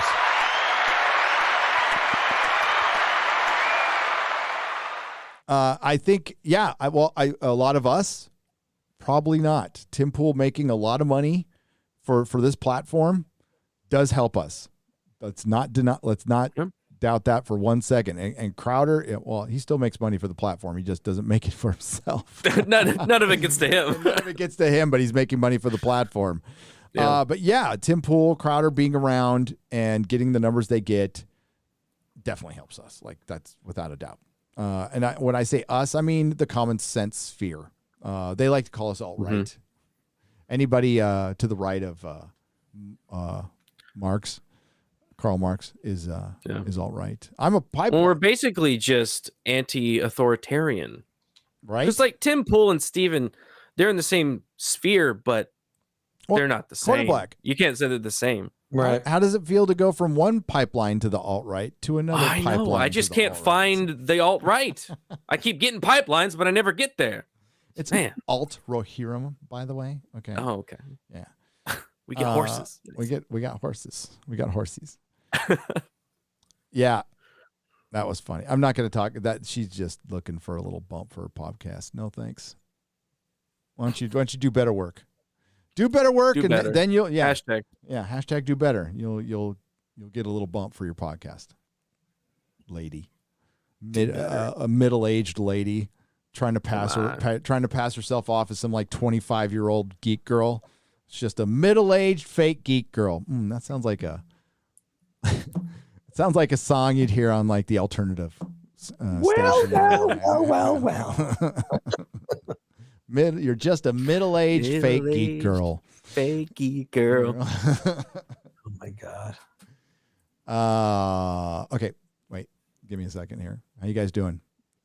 Good. We're gonna wrap up in a bit, but I can't believe I'm so shocked that they told me the power was going to go out between 12 and 3, and it didn't for the 4th day in a row. Government's so reliable. It's so reliable. It's pretty messed up around here, though. Like, you could still see like frozen or dead palm trees from the big freeze last year. There's still a ton of them around. Yeah. Oh, dude, Texas had to rethink their entire infrastructure after that. So they're deciding to bury everything. You would have thought they did it last 10 years ago when it happened. Yep. But no. Maybe they'll do it this time. We'll see. They did my neighborhood first, so I'm totally cool with that. Just get it done. I think. By the way, this will be for the paranormal one, but like every transformer needs to be underground. Every single one needs to be underground. Why are they not? Because if there is a big enough solar flare, boom, like the Carrington event from the 1800s, we don't have power for a year minimum. And that is catastrophic. That would end our society. Everything. So every fucking transformer needs to be like shielded somehow, or there needs to be backups. Maybe they have them. I'm guessing a lot don't, though. And they need to be fucking protected by rock. Because if we're without power for a year, our society is going straight to Mad Max, like in a heartbeat. It's going to be cutthroat. Well, you better have 2-stroke engine, going, or some horses. I don't know how those Teslas are going to hold up. To break out my punk rock clothes. Dude. Get some like some shoulder pads made out of tires and stuff. Got a mohawk. Just like all that stuff. Guns. Lots of Actually, I like this idea. Keep them up. Keep them above ground. Canned goods, lots of canned goods for food. Yeah. Eat dog food out of a can. Yeah. Love Dude, there was some prison food that tasted like dog food out of a can. It did. That bad? It was Wow. fucking, it was fucking Probably bad. close. It was bad. But like you get hungry enough, you eat like prison bologna. Like the thought of it probably makes everybody want this sick. There's a point where you eat it, where you're like, it's fine. You like the options, you know. I like the option. Limited. It's like, yeah, you know, like beef stroganoff. I'm not going to eat in prison. Just not. I feel like there's too many things you could hide in there. Yeah, there's just Yeah. I know. I know it's in the kitchen tonight. I'm good. I'm skipping dinner. I'll get a cup of soup. Do you get a choice though, Gary? You do. You can skip a meal if you can go to the store and get yourself like cup of soup and stuff, and it's just oh wow. You just go, ooh no, okay. Modalicious for $5. The era of the movie star is over because everyone carries a movie studio in their pocket. Oh, that is a good point, Modalicious. Well made. That is true. That is true. Not just the movie studio, a theater as well. A theater. A theater, a movie studio, you can do everything with it. Oh, dude. Me and my boy watched Raiders of the Lost Ark in our home theater. What a great I bet that was great. That was great. Awesome, man. God damn, that movie is so good. The opening scene alone is better than 100% of the movies we get now. There isn't a Just bad yeah, there isn't a bad, boring moment in that entire film. It continuously moves. Had my kid's attention. He had seen it when he was younger, but this is like the first time he'd seen it when he was older. He's like, he's all Uncharted. This is what Uncharted is based on, and Tomb Raider. Yeah. Yeah. How about that one? How about that one scene on top of the submarine with Marion? Oh, the one that brought us all through puberty. Yeah. Oh my God. It's very windy up there. Very windy, and she wasn't wearing no underwear. Oh my God, it was so great. Such a great film. God, she must have been freezing her ass off. But thank you, Karen Allen. Bless you. The sad part is that you don't see there's clearly an effort when you go to see mainstream movies with regularity. You see there is an effort to desexualize everything. Yeah. Both men and women. And it's weird because part of the reason to go to movies is, hey, you want to see, something at least. Yeah. Or at least the movie X, which is this horror film that came out from A24 like a month or so ago. That thing was great. But almost nothing else. It's almost like there's an effort, and I'm sure there'll be nothing in the Doctor Strange, at all. Well, that was weird. In the first episode of Picard, they sexed up Soji pretty good. I'm like, oh, dang. Okay. And then they fucking desexualized her the next episode. I'm like, what? It was such a bait and switch. But the first episode, people were wearing Star Trek uniforms. They were at Starfleet, and there's a fucking there's recognizable ships. I was like, what? Wait a second. Fucking so cruel and evil. Waiting for the other shoe to drop. Yeah, they're just like, no, fuck this shit. No. Yeah. So I think sexualization will I think it's gonna make a big comeback. It has to. We are humans. HBO it is a necessity. We'll be bringing back boobies. That's what I predict. HBO Max is probably going to be the streamers that are going to survive are Amazon. I think Netflix will survive. HBO Max, Disney Plus, but Disney Plus did the kind of the Netflix model in which they threw tons of fucking money at that thing. I mean, just tons and tons. And they are, this doesn't get talked about anymore, but remember they put $5 billion, with a B, it's going to be years until they turn a profit from this. I think the estimate was, it was either 3 or 5 billion. Sorry, going off a bad memory, but I think the estimate was 2030 was going to maybe it starts making money. Man. They put a ton of money into this. And then because they're dumb, they thought that the COVID subscription rate would stay. It was just because it was new. It's not new anymore. It's old news. And you made shitty shows. Disney thought they can get away with murder. That's Kevin Feige, by the way. We don't need to put much effort into it. These dumb Marvel fans will eat up everything. Yeah, they love it. Yeah. It says Marvel, they'll go to it. Yep. It says Star Wars, they'll go to it. It says X, they'll go to it. That was the mentality for years, and I don't think it's working out for him. No. Nope. Marcus Hudson for 10 British pounds says, "Hey, I am a huge fan of your content. Keep up the good work." Why, thank you. I'm sure you meant that for all of us. So thank you. Or he could have been talking about Chris. I think he's talking about Chris. That's true. But we appreciate that. It's Chris. I've eaten too much popcorn in the last 48 hours, says Editor MG for $2. You could never have too much popcorn in situations like this. No. Oh, yeah. Don't get sick on the popcorn, but my God, enjoy this. Kick back, say some inappropriate things on Twitter, and just enjoy yourself. See if it flies. See if it flies. I put Seems to be flying. I said we should burn people the other day, and they checked it and they said it's A-okay. The German government Twitter's wants to rules. see you. Yeah, I saw that. I was like, the Germans want to see me now? Okay. I'm going to listen to them about rules. To the Quarter Black Garrett. Did you see him? Let He me said show that we you should burn heretics. what I am used to. Nick! Sorry. It's in here. It's in the dome. You're thinking about it. I am. I just said retarded. Uh-oh. I'm still there. But it's working. I told Az was like, I got suspended for saying all men must die, and I said it was retarded that you got suspended for saying all men must die to see what happened. Didn't he do it during an episode of FNT? Am I wrong about that? It was right before it. What? It was when the Winter She-Hulk came out, which was a dude. Yeah, that's It looked like a giant dude with a wig on. And he just said all men must die because it was the Winter She-Hulk. Because they've got no story, so they're conflating like somewhat successful like stuff, runs from the mid-aughts. They got nothing. They got fucking nothing. Like, what if Miles Morales was everybody? Ha ha. Because fucking Jesus, it's so lame. Exactly. Oh my God. I read that one. No little interest in female playing men. Want men playing men. Says Aaron Pipes. For $5. Yeah, I think.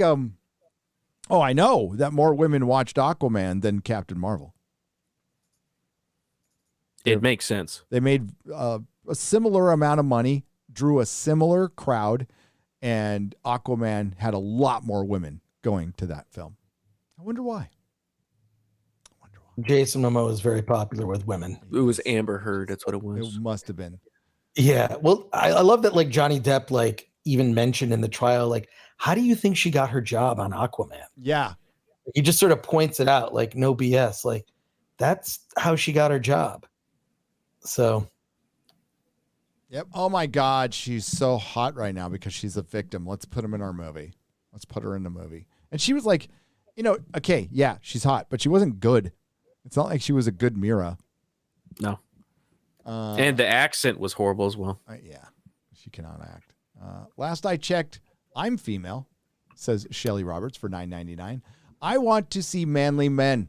I want to see Geralt of Rivia fighting monsters, soldiers fighting enemies to save a village, and maybe some shirts torn off in the process. Bless your heart. Shelly, the real woman.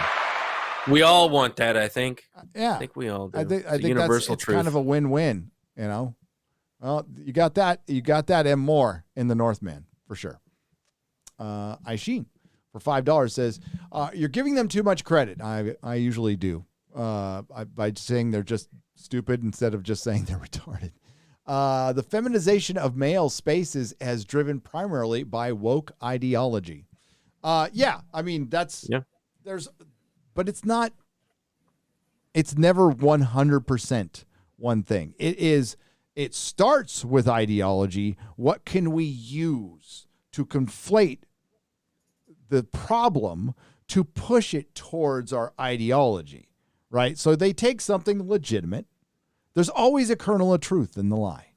There's always a kernel of truth in the lie. But I mean, what is the fundamental motivation of everything? I still think it's dumb people thinking they can make money off this, who are woke. I just think we have enough evidence now to show that woke, it's not making money. It's not making money. Just, there are just too many examples now that they have to be talking about it. They're certainly not going to talk about it, in the trades at all. That will not be mentioned. but behind closed doors, I think they have to be having these conversations. I mean, you'd hope so. You'd hope so that somebody would get through to them and be like, hey, maybe doing all these woke things and pandering to a crowd that do not go and purchase product that we make, not a good strategy going forward. Let's just maybe just curb it a little bit. Let's kind of just blanket for everybody. Precisely. There has to be some. I mean, I have a friend of mine who's a working screenwriter who says things are loosening up. Like he's getting meetings now. Good. But for a year, nothing. For more than a year, he was like living off residuals from other projects and, you know, not doing much. And he said just now it's starting to open up. So that's good. That's encouraging. Hey, vamp for a second. I have to give my kid money for the gardener. Hang on. Well, there you go. I'll take some money. Everyone has to do that. Sure. Yeah. So, yeah, no, I mean, yeah. Oh, sorry, Garrett. Go ahead. No, I was just gonna bounce off of what you were saying. Like, it's good to hear from the inside of people that are actually trying to get jobs in Hollywood. It's opening up a little bit more. People are getting more, weary of this woke ideology that's come into everything. I think everybody knows that it does not make good content. I don't even think the people that like woke culture think that it's good content. There's no way that they can think that stuff like Captain Marvel is good. It's just not good. Yeah, it could have been good. There's a million ways you could have made great. Captain Marvel good and like Wonder Woman, and people would have walked out of it, and like Marvel's future would be much better. But they chose to be woke instead. Well, I think Captain Marvel has one fatal flaw, because also think about like Robert Downey Jr. and where his career was before he was cast as Tony Stark. It had some highs with Chaplin. He was nominated for Best Actor.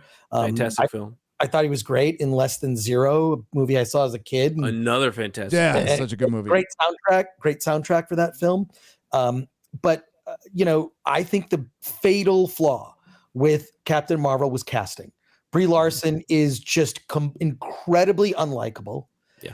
In almost everything that she does, her sort of fake wokeness. She's like a charisma vacuum. She just sucks it out of the fucking room. Exactly. But think about Captain Marvel, almost the same script, but think about it. Do you remember there was a push to get Ronda Rousey to play Captain Marvel? Yeah. There was even like fan art of Ronda Rousey. But imagine Katie Sackhoff playing that role. Yes. It's a different movie. If Katie Sackhoff plays Captain Marvel, that is a different film. It's a much different film because Katie Sackhoff, for one, can act. She also has charisma. She's really good with fans. She's proven that with Battlestar Galactica. She's got a pretty decent freaking YouTube channel where she's charming just naturally. Brie Larson is none of those things, right? And none. And I can say this. I've got like what she said back in 2018 does not. It's like not even in my mind anymore. I don't care. She is forgiven for it. I don't like. She hasn't done anything or said anything incredibly stupid lately. I just think she's horrible for the role. She's just bad. She's not a very good actor. She's incredibly overhyped. Kevin Feige really likes her. Really, really likes her. But like, I don't know why. There's something there. There's something there. I think there's something there. There has to be. But the fact that it's not called Captain Marvel 2 is more than telling. Than telling. And it's being released. If she was like Robert Downey Jr., huge Iron Man level, like they were talking about making her, it would be Captain Marvel 2 with the Marvels in it. It would not be the Marvels. She didn't work. Nobody liked her in game. She had no charisma. Like whatever. Hey, Peter Parker, you got something for me? Hi, Peter. The little growly boy says she died. Oh my god! Like that. Everybody in the theater was like, "Please don't let her kick." He was ass, please, please, please. And then he smacked her out, and everybody cheered. Yep. Everybody cheered in my theater. Yep. Nobody liked her. I'm pretty sure the Russo brothers that she was forced on because she seems so shoehorned in to the second or that into Endgame. She's so shoehorned, and the fact that they have this whole thing of like, well, I got to go off planet because of reasons. Reasons. Oh God, it's so stupid. Like you were born on Earth. Don't you care about what's happening on Earth? Like it just, There are just things that, about the character that make her unlikable. Could you imagine Ronda Rousey? You would believe her as being a pilot. You would believe like a Katie Sackhoff. Look at her character, Starbuck in Battlestar Galactica. So good. And also, I have watched her YouTube channel. She's funny. She does stuff. She's likable. She's, self-deprecating. She's honest. She talks about her workout and diet, but like in an interesting way, not like in a please desperately like me way, which is please pay attention to me. Yeah. It's just that the whole thing should just recast her. Like, I don't know why that is not like, I don't know. Like I say, Brie Larson must have something on certain producers, which is, and when she insinuates herself, did someone say Star Wars? It's like, please go away. As if Star Wars could get any worse, that would be the one thing that could make it worse, would be her involvement. It would. Star Wars that related, accelerism we were talking about, put Brie Larson in Star Wars. Yeah. Yes, no, please do. I mean, just like definitely kill it. Oh. Like as a content creator, make that a Force movie. Oh, please put it in the production right now, like fucking Christmas present. But I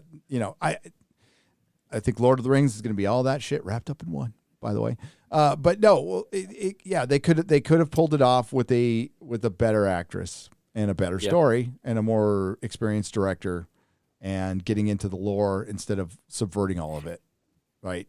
And make it like the Skrulls being an immigration allegory that was just one piece of a giant puzzle. And I walked out of that movie and I swear to God, I heard people going, that wasn't that woke. I'm like, what? What? That was the single wokest fucking thing I've seen at the time. I called it Marvel's like first mistake. That keeps happening, man. I keep walking out of things like Loki. I had friends say it's not bad. They said it's not woke. I'm like, the female Loki comes up and says this is not about you.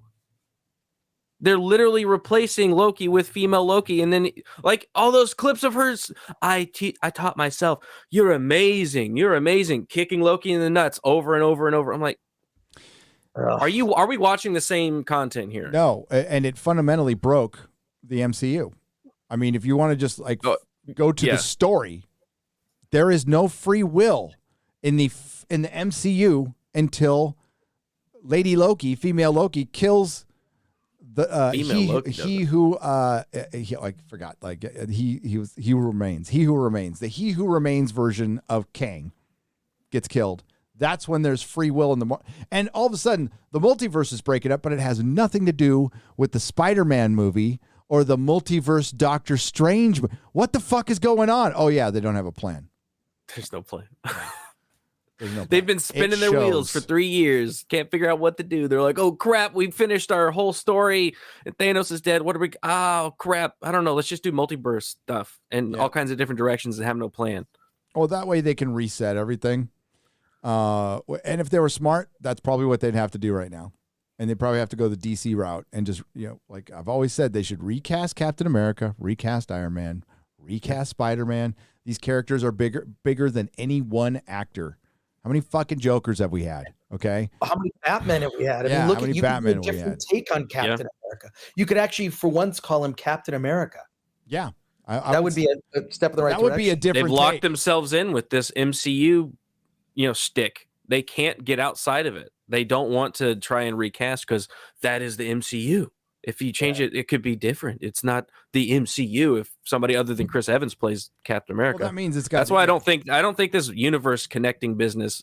It was fun while it lasted in the beginning. It should have an expiration date. You should have an ending. Yeah, it needs to have an ending. Like we're going to tell this story, and then we're going to like go with just different stories after that, or end it. You could end it. You could say that's it. That's all. That's all, folks. I think that's Harry Potter ended.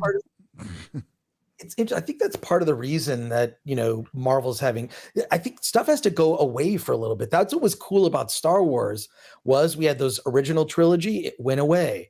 And we had the prequels, then it went away. And there was so much anticipation for the sequels. And then, we don't need to rehash. And it came. That disaster, then we saw it.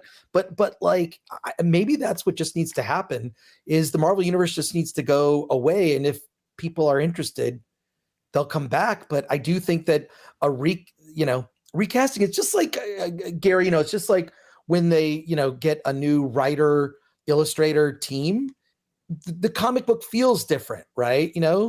It feels, which is fine. You kind of got to get used to whatever. Yeah. And then it's cool to see a different take on, say, the Fantastic Four, which if they screw that up with the casting, I'm going to go. I can't believe we haven't heard yet. Isn't that weird? Yeah. It's weird. What else? Weird. Well, Gary Kurtz had a lot to do with Star Wars. And when he bailed, when he and George Lucas split, that changed it. Tone changed. I did an interview with Gary Kurtz, actually, that's on the Film Threat website. You can just look up Gary Kurtz, but he talked about so many of the mistakes. He talked about, I don't know if I've mentioned this on the Nooner before, but that his problem with the special editions is that all the music cues are off. Mm-hmm. In the Rebel Assault on the Death Star, the music cues don't match. And George Lucas famously, he would go and he'd give John Williams okay, now score the movie. Then he would go back and then he would recut the action scenes so it hit the music cues match the action on the screen. The beats, yeah. The beats. And when you look, if you can find the despecialized edition, which I'm sure you're well aware of, you see how flawless, what the genius of that final scene in the original Star Wars when it was only called Star Wars. And now in the special edition, it just doesn't work at all. That attention to detail was not there. But yeah, Gary Kurtz was it was really the three. It was Gary Kurtz, Marshall Lucas, and George. And when Gary Kurtz left, or when Gary Kurtz was, sent away by George, and he started to surround himself with yes men, that's when Star Wars started to decline. Although I look back on the prequels now as they've aged well. They've aged well, but they also play out overall, the musical cues don't fit. There is so much that doesn't fit. The editing is, for the stuff we saw in the movie theaters, for especially for Empire Strikes Back and for Star Wars, editing was so fucking tight on those. And everything was perfect. And that ending is seared in my head from watching it in the theater. So I noticed the difference. That's why I don't watch them that much. Yeah. Because quite frankly, despecialized edition. You can look it up. I burned those, so I have copies. And you can even find someone has made you can color print out Blu-ray covers for yourself. Yep. Yeah. You want a good example of how tight their editing was? Fucking look at Raiders of the Lost Ark. Raiders of the Lost Ark. Michael Kahn and Spielberg and Lucas. That thing is just a tight movie, fucking tight movie, and that's what they were back then. And it's sad, but Gary Kurtz leaving, that changed Star Wars forever. We probably would have gotten more. Probably would have gotten more than we did. When I was a kid, I never thought we'd see the prequels. I just thought it was a pipe dream. I was like, we'll never see them. It'll never happen. I was surprised. After the anniversary, which I think helped pay for a lot of them, that 20th anniversary, that Star Wars 20th anniversary was massive. It was fucking massive. It was like Star Wars all over again. There was lines out down the fucking street for this movie that everybody's already seen. It was cool. It was fucking cool. Yeah, the re-releases that's the earliest memory I have of watching a movie in the theater. Yeah, the hype for it. But but what I saw, especially how they fucked up Empire, especially with the Wampa, I was so mad. I was like, no, it's all wrong. Oh, God. Because that part, that musical cue when he fucking gets the lightsaber, right? It's so good, and they fucked that up, and I'm like, no, that's one of my favorite moments. Oh well. Aaron Pipes. Okay, we saw that one.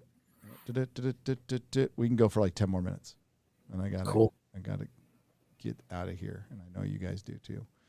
Gary, should Elon buy Wikipedia next and fix it? Also, check out Jupiter on IGG. Okay.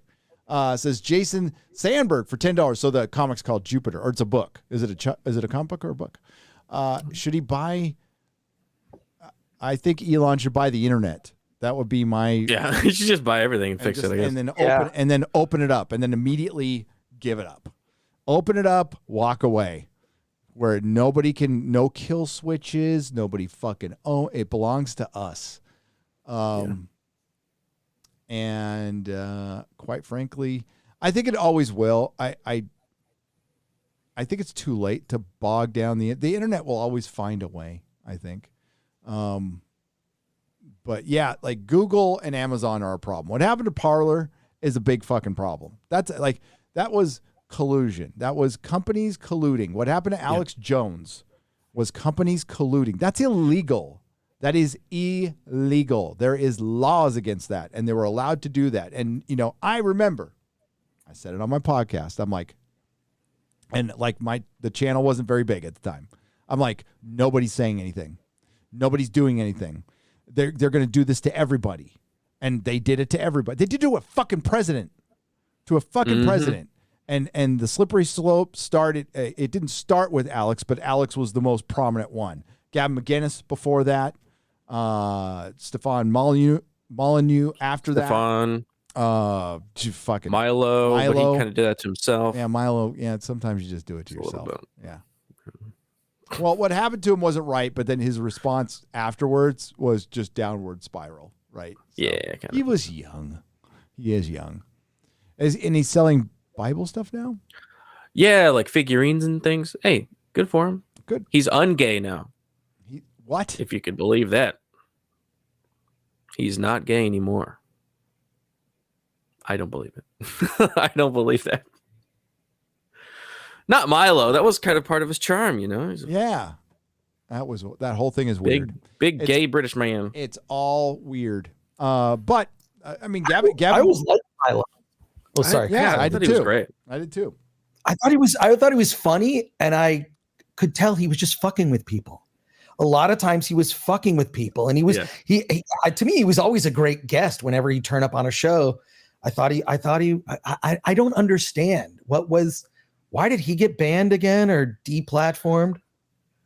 It was for resurfaced clips from Joe Rogan where he talked about how he found out that he was gay. He was diddled by some older men, and he was kind of trying to justify it in a way, and it kind of came back and bit him in the ass, and then he got canceled, and then he kind of just spiraled after that. You told on yourself. Yeah. And you get what you deserve on that. Oh, wellsies. That's right. Gavin McInnes was another one. He's still going strong, though. He's got his own thing. He's still got a show. Still doing it. Gavin is awesome. Yeah, I love Gavin. I've worked with him. He's a very good guy. He seems a little bit of a diva, but I love it about him. It's Gavin. Yeah, and I also like that he calls out bullshit a lot. Who's not a diva? Chris Gore. Chris Gore's not a diva. That's why I like Chris Gore. Oh, thank you for saying so. I've seen people act like that, and I'm just like, well, you have fun, But I've seen it. I've worked with some people who may have been some divas here and there. Me too. Whatever. They're not people I would hang out with, but what can you do? Have a limousine ready. Sometimes if you got to be a creative, you're doing big stuff, you got to be a little bit of diva sometimes. Have a limousine ready. People. 72 degrees. 72 degrees. Green M&Ms. Green M&Ms. Yeah. We got a $50 super chat from Zach Gutman. Thank you very much, Zach. This is Blake Snyder. Blake Snyder, the author of Save the Cat, was one of the guys that helped me in my early sobriety. Oh, hell yeah. Good guy. Wow. Hail. Oh, that's awesome to hear. That's one of the best books on screenwriting ever, and storytelling in general, too. Yeah.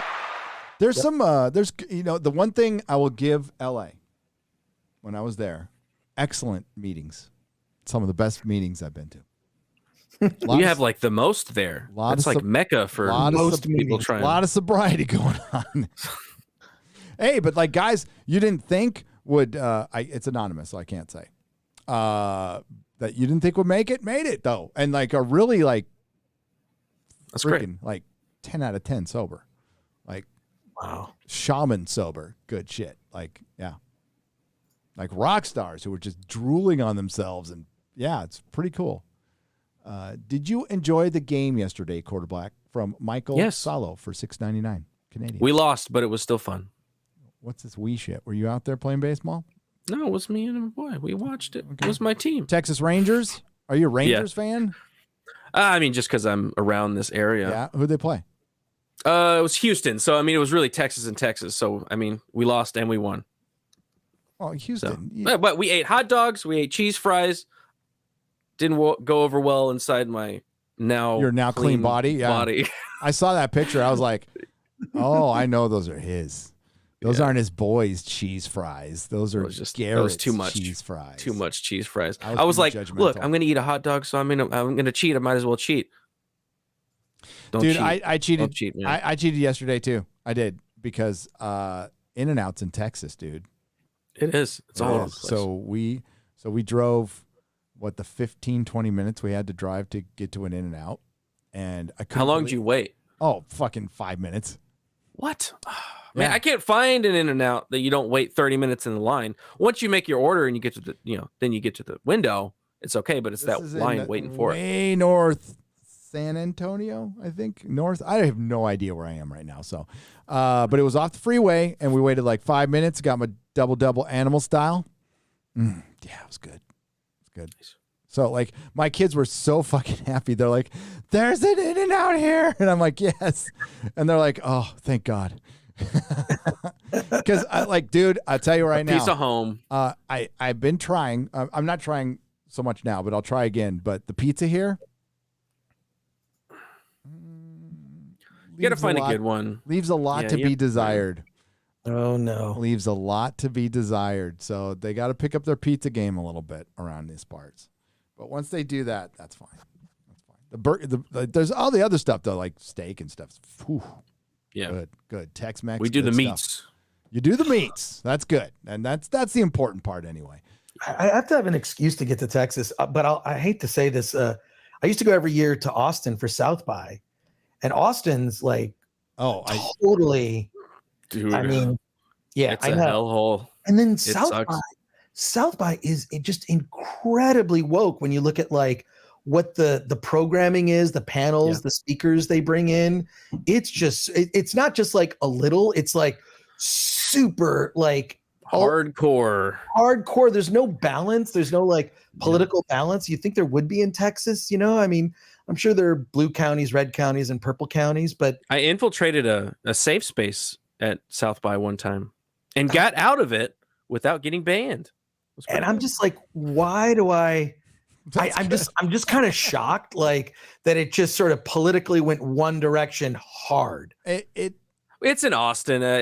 It's like we went to the New York City Comic Con that we went to, a million years ago.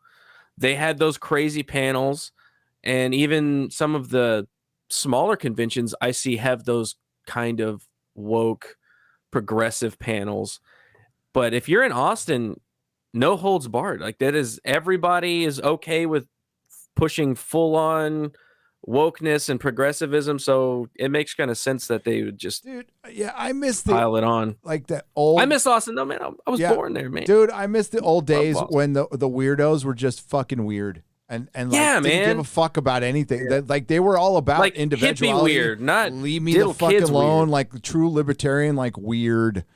Like, leave me alone. Yeah. I'm into weird B movies, and I have a hentai collection. Like, shit like that. Weird. Normal weird. Healthy weird. Healthy weird. The phrase keep Austin weird was that kind of weird. Like the hippie people that are, like, hanging out smoking weed and having gardens in their backyard, and maybe they post some weird stuff on the outside of their house. They do street art and stuff like that. They don't shave their armpits. But no, now it's like they need to shave their motherfucking armpits though. That's a bridge. We diddle kids. We try and push identity politics on every single aspect of all of our lives. We try to up the taxes all we can. It's not that kind of weird I love about Austin. But here's all that weird's gone. South by, just to see like how it's changed so dramatically, and I wouldn't even mind the woke stuff being a part of it if it was balanced by stuff that wasn't that, and there was some healthy debate / discussion between either side.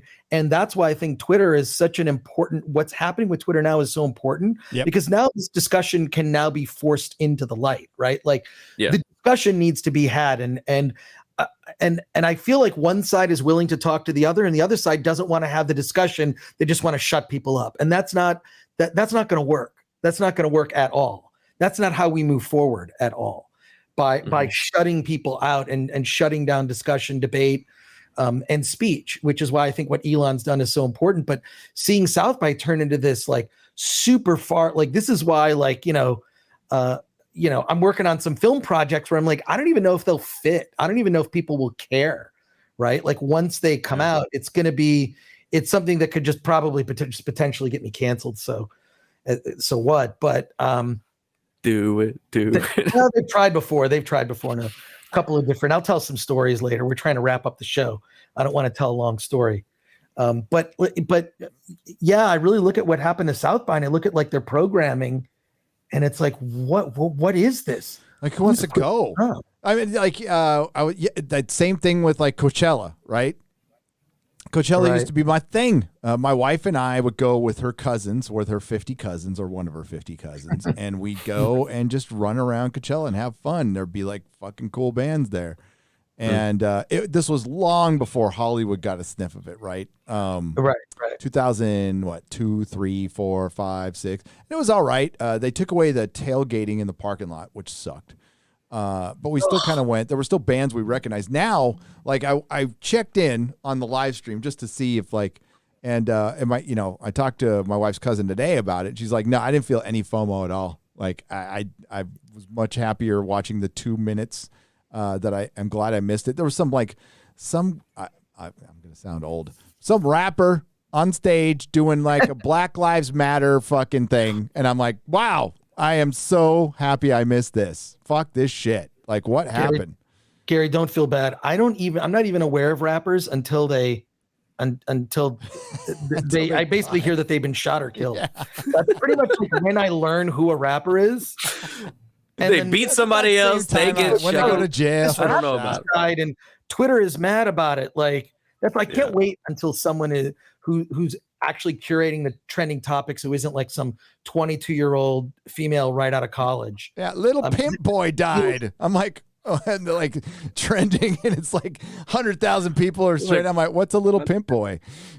Yeah, exactly. Like I'm just like, I'll learn the name, and I'm like, okay, I don't know who this is. Never heard Another of them. Lil died. Another little died. All I know is it's weird, but yeah, it's weird. Weird. I can't even say a weird count. We're gonna get a weird count in the chat. Yep. Monty Watson for $20, and thank you for the he did it twice. He's all, well, I totally hosed my first super chat ever. Well, you didn't have to. Monty, email me at Gary@nerdrotic.com. We can refund the first one because I wish yeah. Just hit me up through the email. We could refund that first one. Well, I totally hosed my first super chat ever, sending this again. So thank you for the $40, sir. With my message, have you guys seen the Daily Wire's Hyperions? I loved it. Curious on your thoughts. I'm going to watch it this weekend. Have you seen it, Chris? I did not see it, but my colleague Alan Ing saw it and he thought it was fun. It's a lot like, do you remember this James Gunn movie from years ago called The Specials? Yes, I do. Yeah. Kind of like that. And I thought The Specials was pretty. James Gunn's actually in it, and he wrote it, but he didn't direct it. It was directed by a guy named Craig Mazin. But it seems like low budget and fun like that. I didn't see it, but Alan Ing saw it, and he really liked it. So okay, yeah. No, I want to support Daily Wire. I should be watching all of their stuff. Somebody basically told me that in a message that you should be watching all of their stuff, and I'm like, you're right. Okay, I'll watch it. Right. You're right. I'm just not going to argue. You're right. I need to be supporting their stuff. We need to be supporting the different stuff. It's just, you know, for me, it's a lot easier to just throw up an old episode of Doctor Who that I like while I'm hanging up toys. Oh my God. I watched the 11th hour again because I talked about it. So I watched it again.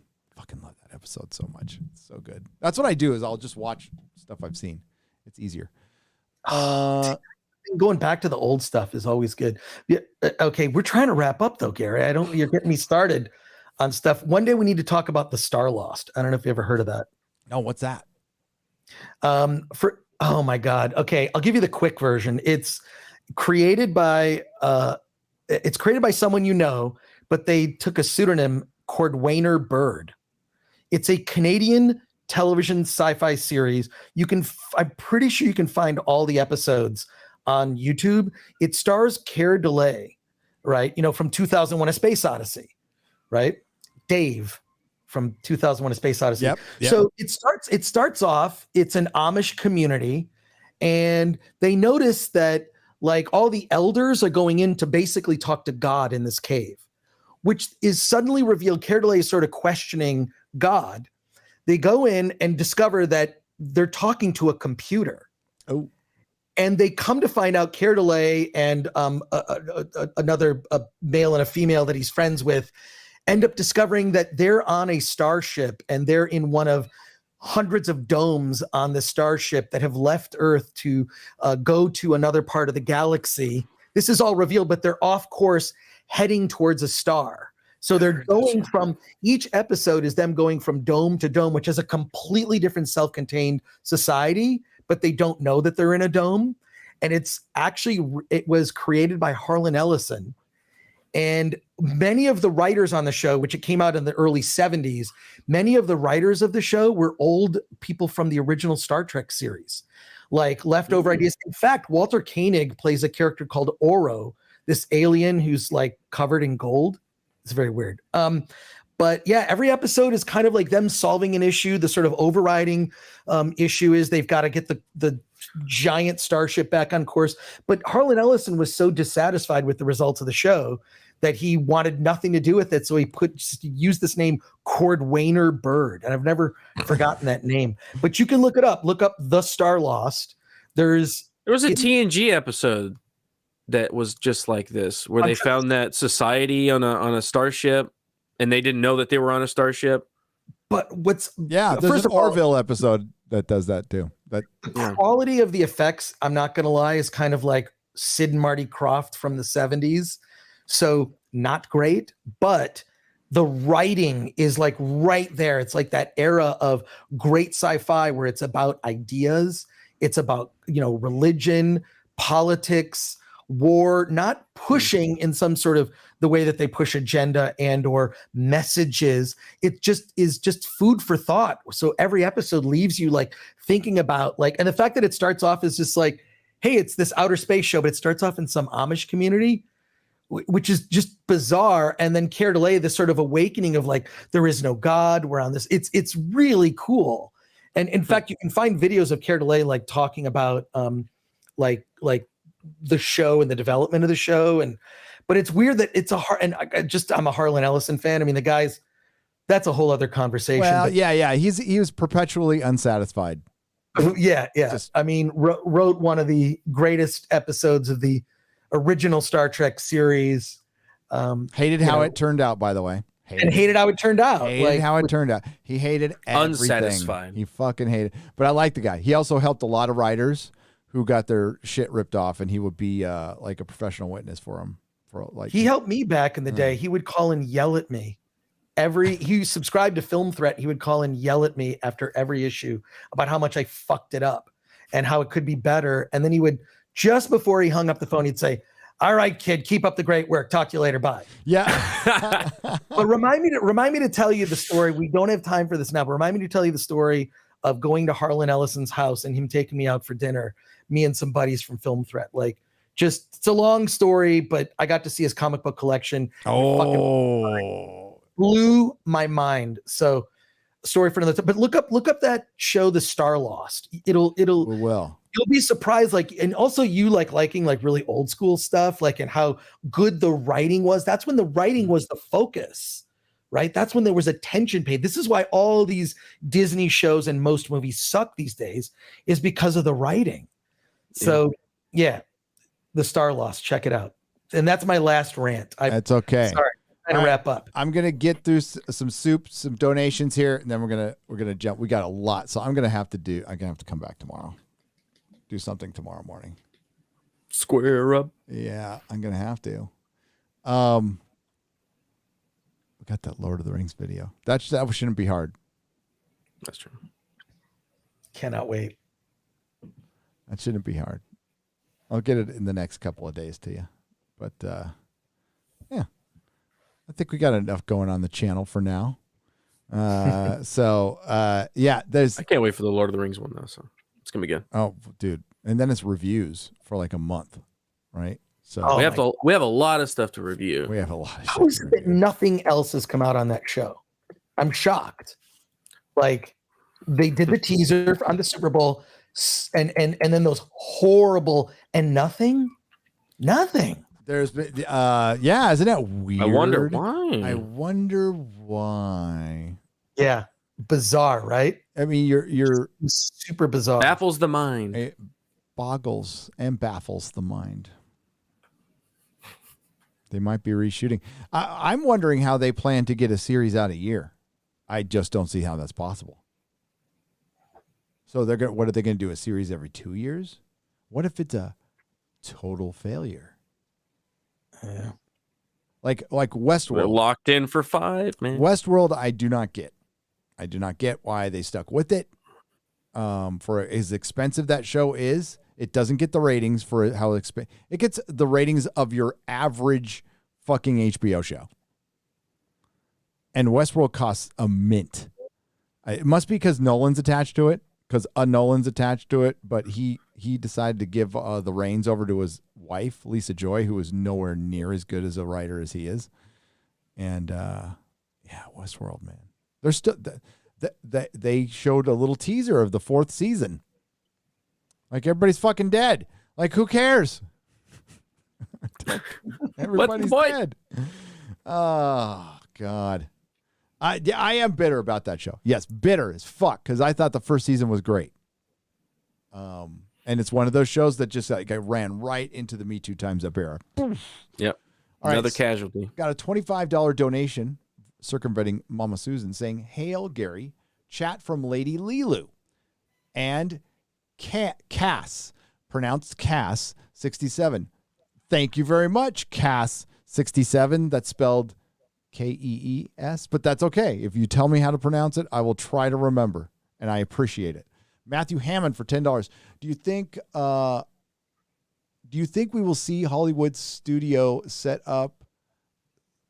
out and go back to making movies that tell stories first and push ideology to the back burner? Eventually, yes. They have no choice, Matthew. They or die. It's that or die. Mm-hmm. Gentlemen, give Josh Brolin's new series Outer Range a shot, a suspenseful mystery show set in Wyoming. I am going to Sleeping Noble for $3 tonight. I'm going to give it a shot. We'll see. Somebody said there's woke stuff in it. I'm like, yeah, probably. If there's any woke stuff in it, I'll probably be out. But we'll see. The Art of the Real for $25. Got to give you support just for having Chris Gore on. Aw. Oh, thanks. We love Chris Gore. I appreciate it. NE Secret Weapon for $10. Yes, accelerate. I want to see Mark Hamill resurrected as Azora High just to stand around as the drummer for Scott Pilgrim Saves the World from the big gay. Hail Chris Garrett and hail chat and free ads. You got me on that one. Saving the world from the big gay. He's talking about Mahler's Big Gay, by the way, which is the big gay. The big gay, which is the Force. Gary, you're cool as a person. You're cool as a person because you're a good person. Stay up, broski. Well, thanks, Jay Lev. I appreciate that. I don't know if everybody agrees with you, but that's fine. I appreciate it. Quicksilver for $1. I tried to kiss you yesterday before you signed off, but I wanted to know your thoughts. It says kiss. Thoughts on Star Killer in The Force Unleashed in white. If white Disney doesn't make characters like him anymore, by Star Killer, like if they adapt the first Unleashed script, yeah, Force Unleashed. Force Unleashed. I wouldn't want Disney anywhere near it. If like somebody else adapted it, it'd probably be good. Like 20 years ago. Yeah. But not now. Freighter X for $10. If Marvel wants to make woke movies, why even entertain the idea of bringing in Namor, who epitomizes toxic masculinity. They'll just make him gay. That's a very easy fix. He's in a Speedo. I mean, that's obviously European or gay, but it could be both.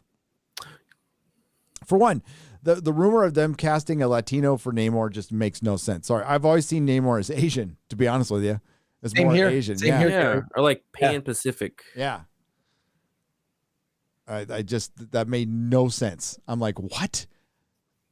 That is dumb. So I don't know if it's true, but I supposedly he's going to be in the Black Panther sequel. That's so mysterious. We don't even know who the main character is. It's going to be a dumpster fire. Yeah, it's going to be. And is it going to be Letitia Wright after, they've gone after her for just being someone who uses her brain? You can't do that. Yeah, using your brain yourself.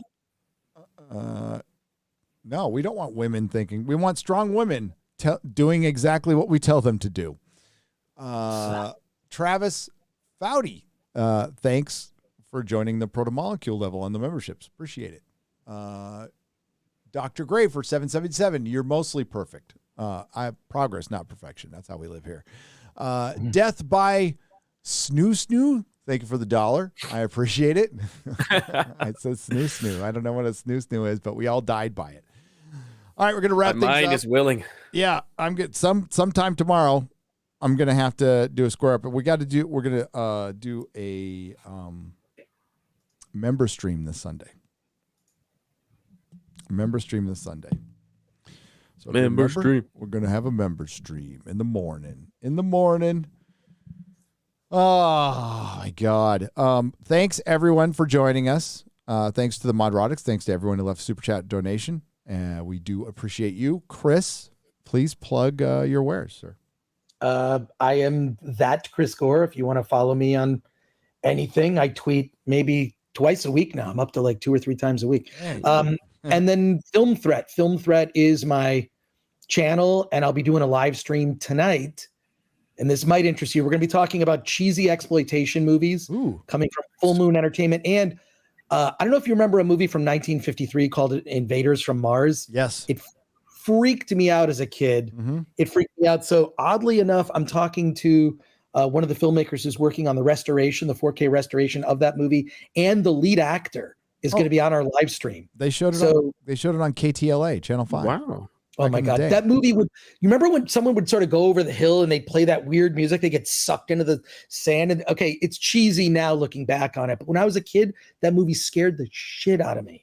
So I can't wait. And so, yeah, I do live streams Wednesday nights on a show called Hollywood on the Rocks. And Friday mornings at 9 a.m., we just do a Film Threat live stream and talk about indie movies and movies opening that weekend. So join me for a live stream. It's fun. This is, I feel like I'm learning from the master. Here, Gary, you're the master, and just appreciate being a part of it. Appreciate being here with Garrett and just having a conversation. Hail to everyone in the chat. And there you go. Hail to you, sir. Also, interview with Robert Eggers on your channel, correct? That's right. That's right. Go check that interview out.